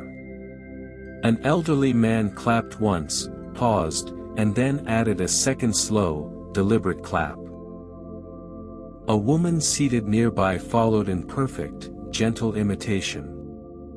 The children copied quietly, letting their curiosity about the sound join the rhythm of the ongoing performance. The square held the applause without tension. There was no urgency to finish, no need for volume, no rush to encourage or impress. It was simply a soft, shared acknowledgement of the familiar motions of the puppets, a quiet appreciation that floated lightly across the afternoon. The puppeteer paused briefly, unseen, as if acknowledging the small applause himself. Then he resumed, guiding the puppets with the same patience, each movement slow and precise, keeping the story unfolding gently and without hurry. The fountain dripped. Dust settled lightly over the stones. Leaves shifted faintly in the trees. And the applause, small and hesitant, continued just long enough to add a soft, human warmth to the calm, measured rhythm of the square. The puppets moved once more, slowly, deliberately, as if remembering their place in a ritual that had repeated countless times. Their wooden heads tilted, one by one, turning to face different directions across the stage. The motion was gradual, measured, and almost imperceptible if someone blinked at the wrong moment. Arms lifted and lowered in careful sequence, guided by the puppeteer's hands, which remained mostly hidden behind the curtain. Each motion was exact yet gentle, as though the puppets themselves were aware of the villagers' quiet attentiveness. They did not rush, nor did they hesitate, their movements existed simply, neither demanding nor avoiding notice. A faint pattern of shadow shifted across the stage, stretching and contracting as the puppets' heads and limbs changed position. The sunlight, now leaning toward the horizon, added warmth to the wood and color to the painted faces. Tiny cracks and chips in the puppet surfaces were highlighted, but the imperfections went unnoticed by the audience, who were absorbed in the slow unfolding of familiar gestures. Children leaned slightly forward, tracking the changes with wide, soft eyes. Adults adjusted their posture in quiet acknowledgement, letting their gaze follow the gentle rhythm. Even those who had nodded off slightly now lifted their heads, watching the subtle rotation of heads, the measured lift of arms, the careful positioning of tiny bodies. The fountain continued its unhurried dripping, and the leaves in the trees rustled faintly in the afternoon breeze. Even the dust seemed to settle in response to the gentle movements, disturbed only momentarily before returning to rest. A few villagers shifted their feet or stretched lightly, but these small motions were absorbed into the calm. Nothing interrupted the rhythm of the square, nothing demanded sudden attention. The slow turning of the puppet simply continued, a silent, continuous motion, soft and predictable. The puppets continued their slow motions, and with each gesture, the villagers were reminded of stories they had seen countless times before. Every bow, every lift of an arm, every turn of a wooden head was familiar, yet still quietly engaging in its own unhurried way. The children watched intently, even if they could recite the motions from memory. They leaned slightly forward or shifted in place, eyes tracing each movement, following the tiny arcs of arms and heads. The repetition had a comforting quality, a steady predictability that invited calm attention rather than excitement. Adults, too, observed with a soft familiarity. Some let their gaze drift briefly, only to return to the stage, catching a small nuance they had not noticed in previous years. The motions themselves were unchanged, but the quiet act of watching felt subtly renewed with each repetition. The puppeteer's hands guided each string gently, ensuring the motions were consistent, deliberate, and smooth. The puppets did not improvise, there was no sudden flourish, no change in the sequence. They moved exactly as they always had, performing the same old stories that the villagers had come to know so well. A gentle rustle of leaves overhead, the faint drip of water from the fountain, and the occasional soft clink of a teacup accompanied the performance. Each sound blended seamlessly into the background, a quiet soundtrack to the repeating story. Children whispered softly to each other, pointing out a familiar bow or tilt of a head, while adults merely nodded slightly, acknowledging the memory without speaking. The familiarity of the scene, the repetition of the motions, and the steady rhythm of the day created a calming sense of continuity. Time seemed to stretch and bend as the old stories replayed. The puppets moved with measured precision, the audience followed in quiet attention, and the village square existed in a gentle, unhurried loop. Nothing was new, and nothing needed to be. After long stretches of quiet, a faint stir passed through the villagers. It was not sudden, nor did it carry urgency. A shift in posture here, a stretch of arms there, a subtle adjustment of feet, small, almost imperceptible movements that rippled lightly through the square. A man leaned forward slightly, resting his elbows on his knees, then leaned back again, easing tension from sitting too long. A woman crossed her legs, then uncrossed them, settling once more. Children shifted as well, some sliding a little closer to the front, others brushing dust from their clothes or picking at the edges of their benches. The puppets continued their slow, deliberate motions on the stage, completely unaffected. Arms lifted, heads tilted, bows completed, each movement perfectly in time with the gentle rhythm of the day. The puppeteer's hands remained hidden, guiding the strings subtly, adjusting only what was necessary to maintain the familiar sequence. A leaf fell from a nearby tree, drifting across a patch of sunlight on the cobblestones. A child reached down to touch it, then let it rest. The soft, almost inaudible sounds of the village, the fountain's drip, the rustle of leaves, the occasional clink of teacups, continued as before, blending seamlessly with the minor stirrings of the crowd. Some villagers yawned softly, stretching their arms, letting their shoulders roll in gentle circles. Others shifted in their seats to catch the warmth of the sun as it leaned slightly toward the horizon. No words were spoken, and no abrupt movements occurred. The stirrings were calm, natural, and unobtrusive. The slow, quiet rhythm of the square remained unbroken. The puppets moved, the audience adjusted, and the day continued in its steady, unhurried way. Each small motion, stretching, shifting, sighing, was absorbed into the collective flow, another gentle layer of life in the patient village square. In the midst of the gentle stirrings of the crowd, a soft voice broke the quiet, barely more than a whisper, yet distinct enough to reach the ears of a nearby listener. The words were simple, almost ordinary, a remark about the puppet show that had been performed countless times before. A child leaned slightly forward, tilting their head to hear. Another adult turned their attention for a moment, acknowledging the comment with a quiet nod.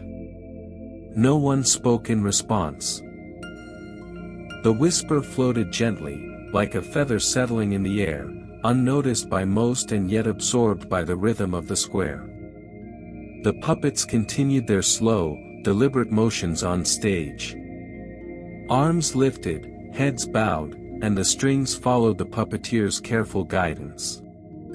The motion of the show did not falter, the whispered comment seemed to exist outside the performance, a small ripple in the calm, like a leaf brushing against the cobblestones. Sunlight fell across the stage, catching the painted faces of the puppets. Shadows stretched and shifted subtly as the afternoon waned, adding quiet depth to the scene. The faint sound of the fountain dripping continued, steady and unchanging, beneath the delicate whisper that had briefly joined the soft symphony of the square. The villagers nearby smiled faintly at the comment, though their smiles were small and contained, not meant to draw attention. Children giggled ever so lightly, almost muted, and returned their gaze to the stage. The words had passed, and yet the calm lingered, woven into the collective patience of the audience. The puppeteer's hands remained steady, unseen, adjusting the strings as needed. The motion of the puppets was precise, each gesture unfolding at the same measured pace as it always had. The whisper had caused no disruption, only a slight, fleeting note in the ongoing quiet rhythm of waiting. The minutes stretched and lengthened, blending together as if the very air of the square had slowed to match the rhythm of the puppets. Each motion of the wooden figures, arms lifting, heads bowing, tiny gestures unfolding, marked time not as an urgent measure, but as a quiet, deliberate passage. Villagers sat unmoving for long stretches, their bodies still but their senses aware of the subtle changes around them. The sun crept lower, casting longer shadows across the cobblestones, while leaves above shifted faintly in the soft breeze. The fountain continued its steady drip, each drop a tiny, metronomic reminder of the day's unhurried pace. Children, having fidgeted earlier, had now settled into quiet observation. Some rested their chins on their hands, eyes tracking the familiar motions of the puppets, while others allowed their gaze to wander slowly to the stalls, the edges of benches, or the patches of sunlight on the ground. Adults adjusted their posture occasionally, stretching or shifting slightly, but without urgency.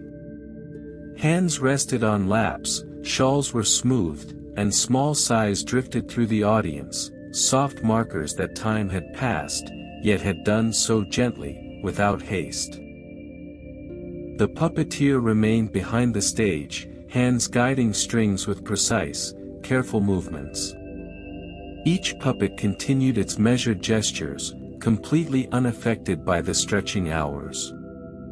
The motions had been performed countless times before, and yet each repetition held a quiet satisfaction, a rhythm that needed no rush, no variation, no interruption. Whispers had faded, fidgeting had subsided.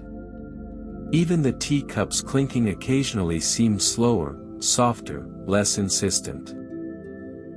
The entire square existed in this expanded moment, where each heartbeat, each breath, each movement was elongated, deliberate, and gently observed. Time passed slowly, unnoticed yet undeniable.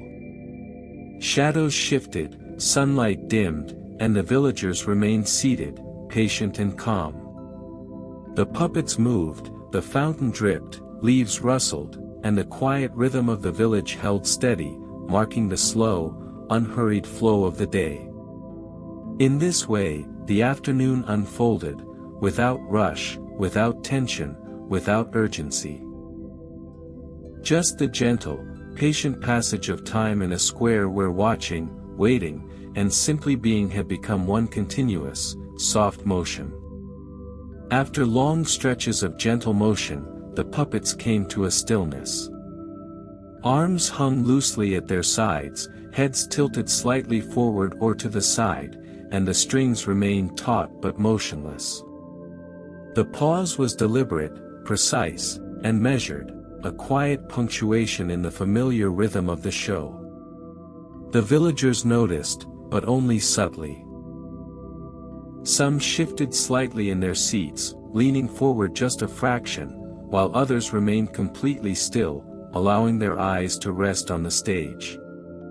Even the children, usually restless at this hour, fell into near silence, captivated by the sudden calm. Sunlight slanted across the wooden boards, casting long, soft shadows that mirrored the puppets' frozen positions. The gentle rustle of leaves above the square added a faint, whispering soundtrack to the pause, blending with the soft drip of the fountain. Every sound, every movement of nature, seemed magnified in the emptiness of motion on the stage. The puppeteer's hands were steady behind the curtain, adjusting nothing.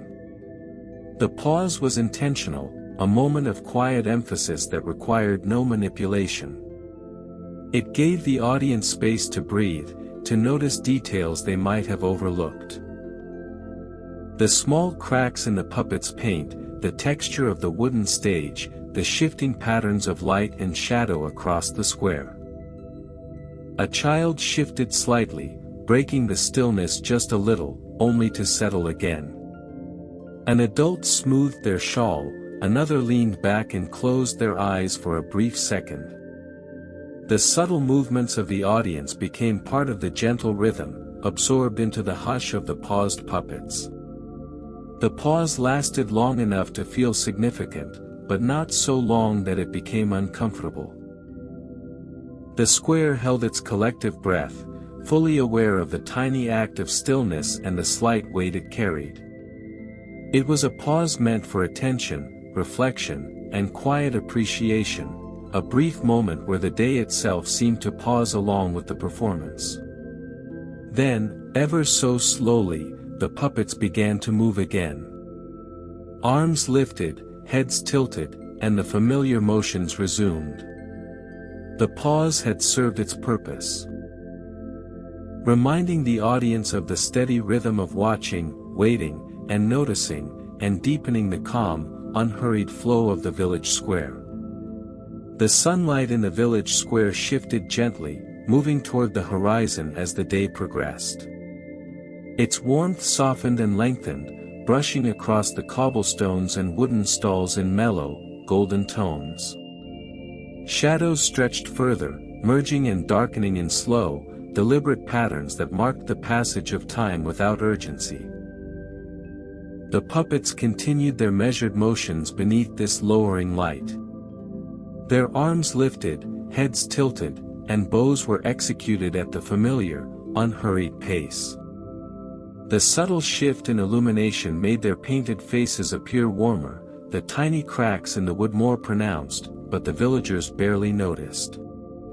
Their attention remained calm, absorbed in the familiar rhythm of the performance. Children glanced occasionally at the sun, shading their eyes with small hands, then returned to the stage. Some rested their chins on their folded arms, while others leaned slightly forward, mesmerized by the slow movements and the soft glow bathing the puppets. Even their fidgeting had eased in response to the gentle, descending light. Adults shifted minimally in their benches, adjusting their posture or smoothing their clothes as the sun cast long, slanted beams across the square. Some closed their eyes for a moment, letting the warmth of the light seep into their skin. The quiet was unbroken, save for the fountain's steady drip and the occasional rustle of leaves overhead. The puppeteer worked unseen behind the stage, adjusting strings just enough to guide the tiny motions. The lowering sun created subtle changes in shadow and texture, but the motions remained consistent, precise, and entirely unaffected by the changing light. A gentle breeze drifted through the square, stirring leaves and carrying faint scents of earth and dust. The villagers noticed the combination of soft warmth, lengthening shadows, and quiet motion, yet no words were spoken. The square existed in a calm, contemplative balance, as though time itself had slowed to accommodate the sun's descent. As the sunlight lowered further, the atmosphere shifted imperceptibly.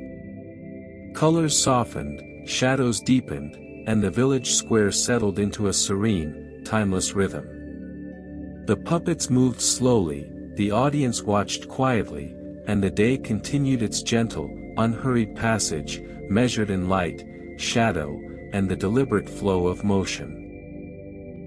As the sun lowered further, casting longer shadows across the square, a few villagers began to shift in their seats. The movements were small and measured, an adjustment of a bench here, a stretch of legs there, but enough to ripple gently through the quiet assembly. A man leaned back slightly, pressing his hands against the wooden bench to stretch his shoulders. A woman adjusted her shawl and crossed her legs again, easing a stiffness that had crept in after hours of sitting.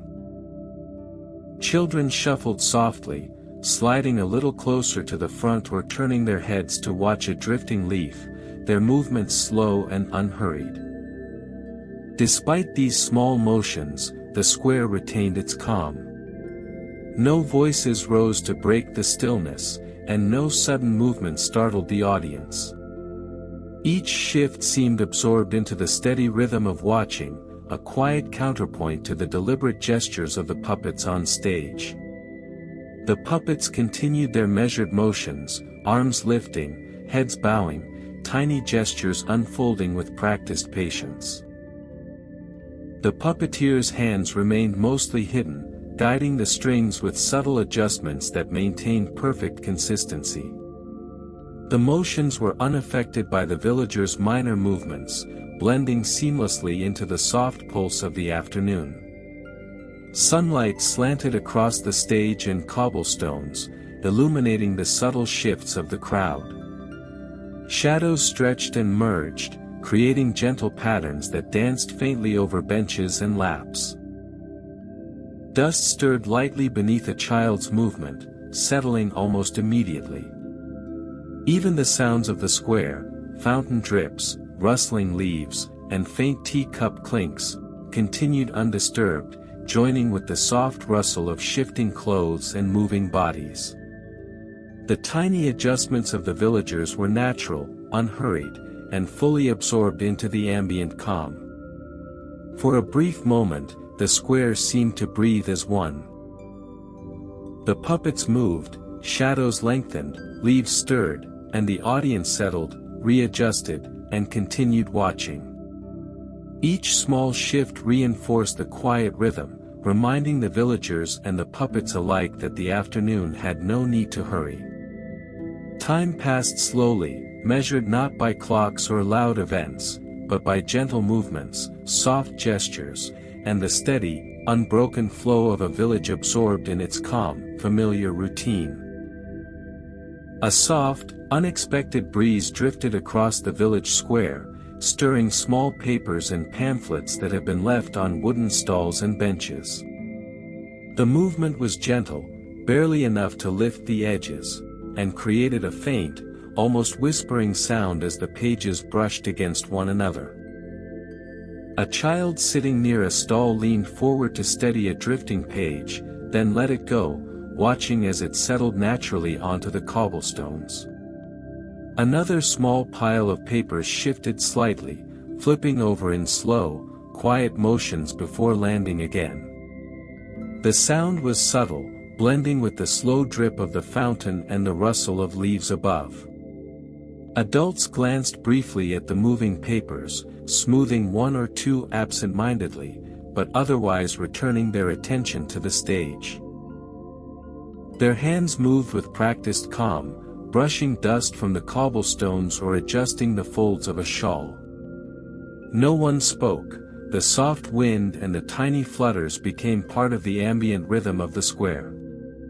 The puppets continued their steady motions, arms lifting, heads tilting, bows performed with the same deliberate slowness as always. The puppeteer's hands remained mostly hidden, guiding each string with careful precision, entirely unaffected by the subtle interruption of wind and paper. Sunlight slanted across the stage, catching the slight motion of the fluttering pages and casting fleeting shadows that danced faintly across the square. Each movement was minor, almost insignificant, yet it added a quiet sense of life to the otherwise unchanging scene. Children's eyes followed the drifting papers for a few moments before returning to the puppets. A small laugh was stifled, barely audible, and then attention shifted back to the stage. Even the gentle gust seemed to acknowledge the slow, measured rhythm of the afternoon rather than disrupt it. The square remained calm. Shadows stretched, leaves rustled, fountains dripped, and the puppets moved with quiet precision. The light wind and the subtle flutter of papers were absorbed into the ongoing, unhurried flow of the day, a small, natural punctuation in the familiar, gentle rhythm of the village square. At last, the puppets reached the moment that had marked the end of each familiar story for countless years, the final bow. Slowly, deliberately, their wooden heads tilted forward. Arms lifted, then lowered, in careful, measured arcs. The motion was unhurried, graceful in its precision, as if each puppet understood the importance of this final gesture. The villagers watched quietly, some leaning slightly forward, others reclining into their benches with soft, satisfied sighs. Children who had fidgeted earlier now rested with hands in their laps, eyes following the synchronized movements with calm attention. Even those who had nodded off slightly stirred, lifting their heads to witness the closing bow. Sunlight had shifted lower, casting long, soft shadows across the stage and square. Each bow created a mirror in shadow, a quiet repetition that echoed the motion in subtle darkness. The puppeteer's hands guided the strings carefully, ensuring that every movement, from the smallest tilt of a finger to the grand sweep of an arm, was exact and smooth. A gentle hush fell over the square as the last of the bows completed. The audience remained seated, absorbing the familiar cadence of the story's end. Some villagers shifted slightly in their seats, stretching arms or adjusting shawls, while others simply let their gaze linger on the puppets, noting the delicate craftsmanship and patient motions. The fountain continued its steady drip, the leaves rustled softly in the breeze, and the occasional clink of a teacup punctuated the quiet rhythm. The square seemed suspended in a perfect balance between movement and stillness, with the final bow serving as a gentle punctuation mark rather than a dramatic climax. The puppets remained in position for a brief moment, frozen in the last gesture of respect and acknowledgement to the audience. The villagers, in turn, held their attention calmly, neither applauding loudly nor speaking, letting the slow conclusion settle naturally into the rhythm of the day. Then, as if acknowledging the end, after the puppets took their final bow and returned to their idle positions, the villagers began to rise from their seats, slowly, deliberately, and without any sense of urgency. The movement was unhurried, like the gentle stretching of a body after a long rest. A man leaned forward, pressing his palms lightly against his knees before standing, then adjusted his hat as he straightened. A woman smoothed her shawl and shifted her weight from one foot to the other, letting the warmth of the late afternoon sun linger on her face. Children stretched their arms overhead, yawned softly, and then shuffled toward their parents or the nearest path out of the square. The clatter of movement was minimal. Benches creaked softly as people rose, a few slippers scraped lightly across the cobblestones, and the occasional murmur of a quiet remark traveled just far enough to be noticed but not enough to disturb the calm of the afternoon. Even the puppets, frozen in their idle stance, seemed to mark the subtle change in the square. Shadows shifted slightly as villagers moved, lengthening and mingling across the stones. Leaves rustled gently in the breeze, and the fountain continued its steady drip, keeping pace with the soft rhythm of the departing crowd. Some villagers lingered, brushing dust from clothes or straightening small items on the wooden stalls. Children's fingers trailed lightly along the benches or picked up stray leaves before letting them fall again. Each movement was measured, careful, as if mindful not to disturb the quiet balance that had persisted all day. The puppeteer remained behind the curtain, adjusting a string here and there to settle the idle figures perfectly. His motions were deliberate, matching the slow, deliberate rise of the villagers, guiding the final moments of the day's ritual with patience and care. The square, once full of seated attention and quiet observation, gradually emptied with this lazy, peaceful exodus. Each step, each stretch, each soft shuffle became part of the gentle rhythm, blending seamlessly into the ongoing hum of leaves, fountain, and distant sunlight.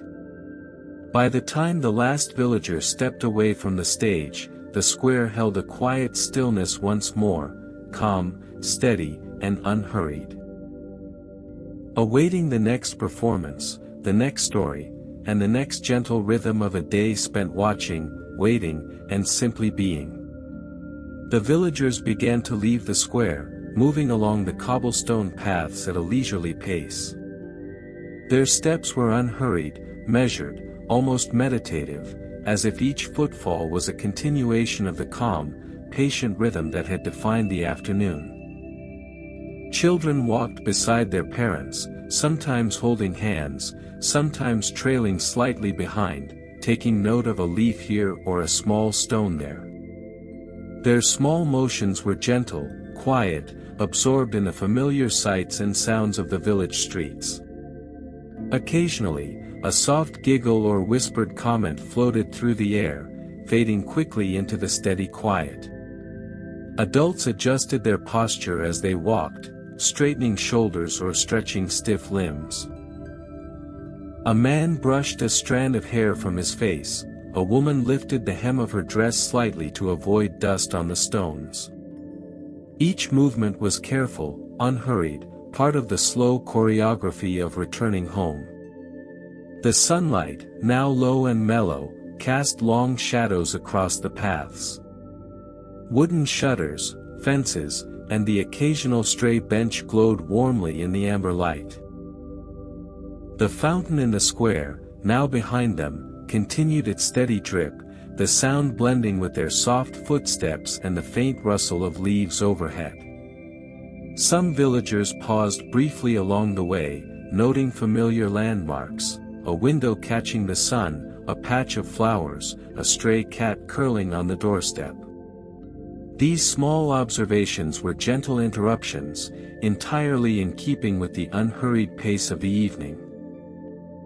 The air carried faint scents of earth, wood smoke from nearby chimneys, and the lingering warmth of the day. Each breath felt deliberate, as if the villagers themselves were moving not only through space, but through the slow, lingering moments of a calm, sunlit afternoon.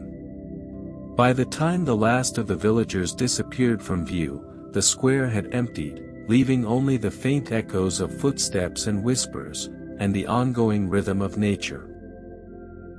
The fountain's drip, leaves rustling, and shadows stretching toward evening.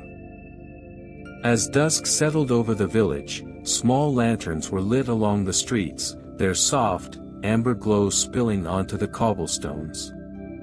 The light was gentle, flickering slightly in the evening breeze, casting warm, dancing patterns on walls, benches, and the occasional passerby. Villagers continued their slow walk home, guided by the lantern's soft illumination. The children's eyes widened briefly at the dancing shadows, but they remained calm, their movements measured and unhurried. Adults adjusted the handles of the lanterns or straightened their coats, letting the warmth of the lamps mix with the fading sunlight. The square, now mostly empty, was bathed in the soft glow of the lamps. Shadows stretched longer, merging with the darkness creeping from the corners of the streets. Each lantern added its quiet warmth, a steady marker in the slow descent of evening. The puppets on the stage remained idle, their wooden faces catching the dim light, shadows emphasizing every curve and joint. The puppeteer, unseen behind the curtain, gently checked the strings, making sure the figures stayed perfectly still, as if even the faintest tremor might disturb the calm. Soft sounds accompanied the lantern-lit streets, the distant drip of the fountain, leaves rustling in the breeze, and the occasional soft footstep of a villager returning home. Teacups, abandoned at stalls, glinted faintly in the lantern light, reflecting the subtle warmth across the square. Children walked hand in hand with their parents, sometimes pausing to watch a flicker of shadow, a glow on a windowpane, or a stray cat moving silently along the path. The adults guided them gently, their pace deliberate, allowing the quiet magic of evening to settle over the village. The lanterns stretched the light across the streets in soft rivers of gold, highlighting the texture of the cobblestones and the faint, worn patterns of daily life. Every glow, every flicker, became part of the village's unhurried rhythm, complementing the slow passage from day into night. By the time the villagers reached their homes, the square and streets were awash in the calm glow of lanterns. Shadows and light mingled peacefully, the village hushed, and the world held in a quiet, patient pause, ready to rest, ready to wait, and ready to awaken again for another familiar day. As night settled fully over the village, a gentle stillness filled the square. The lanterns glowed softly, casting warm circles of light on the cobblestones, and the fountain continued its steady drip, a quiet heartbeat in the calm. The puppets remained idle on their stage, silent and motionless, resting until the day they would move again. Villagers had returned to their homes, doors closed quietly behind them. Yet in the hush of the night, there was an unspoken anticipation, the knowledge that, in time, the square would fill once more, the children would gather, and the familiar motions of the puppets would unfold again. The cycle was comforting, steady, and reliable. The wind stirred faintly, brushing leaves across the stones and carrying with it the faint scent of earth and wood smoke from chimneys. Even the night seemed to breathe in slow rhythm with the village, as if aware of the calm patience that defined its people and their routines.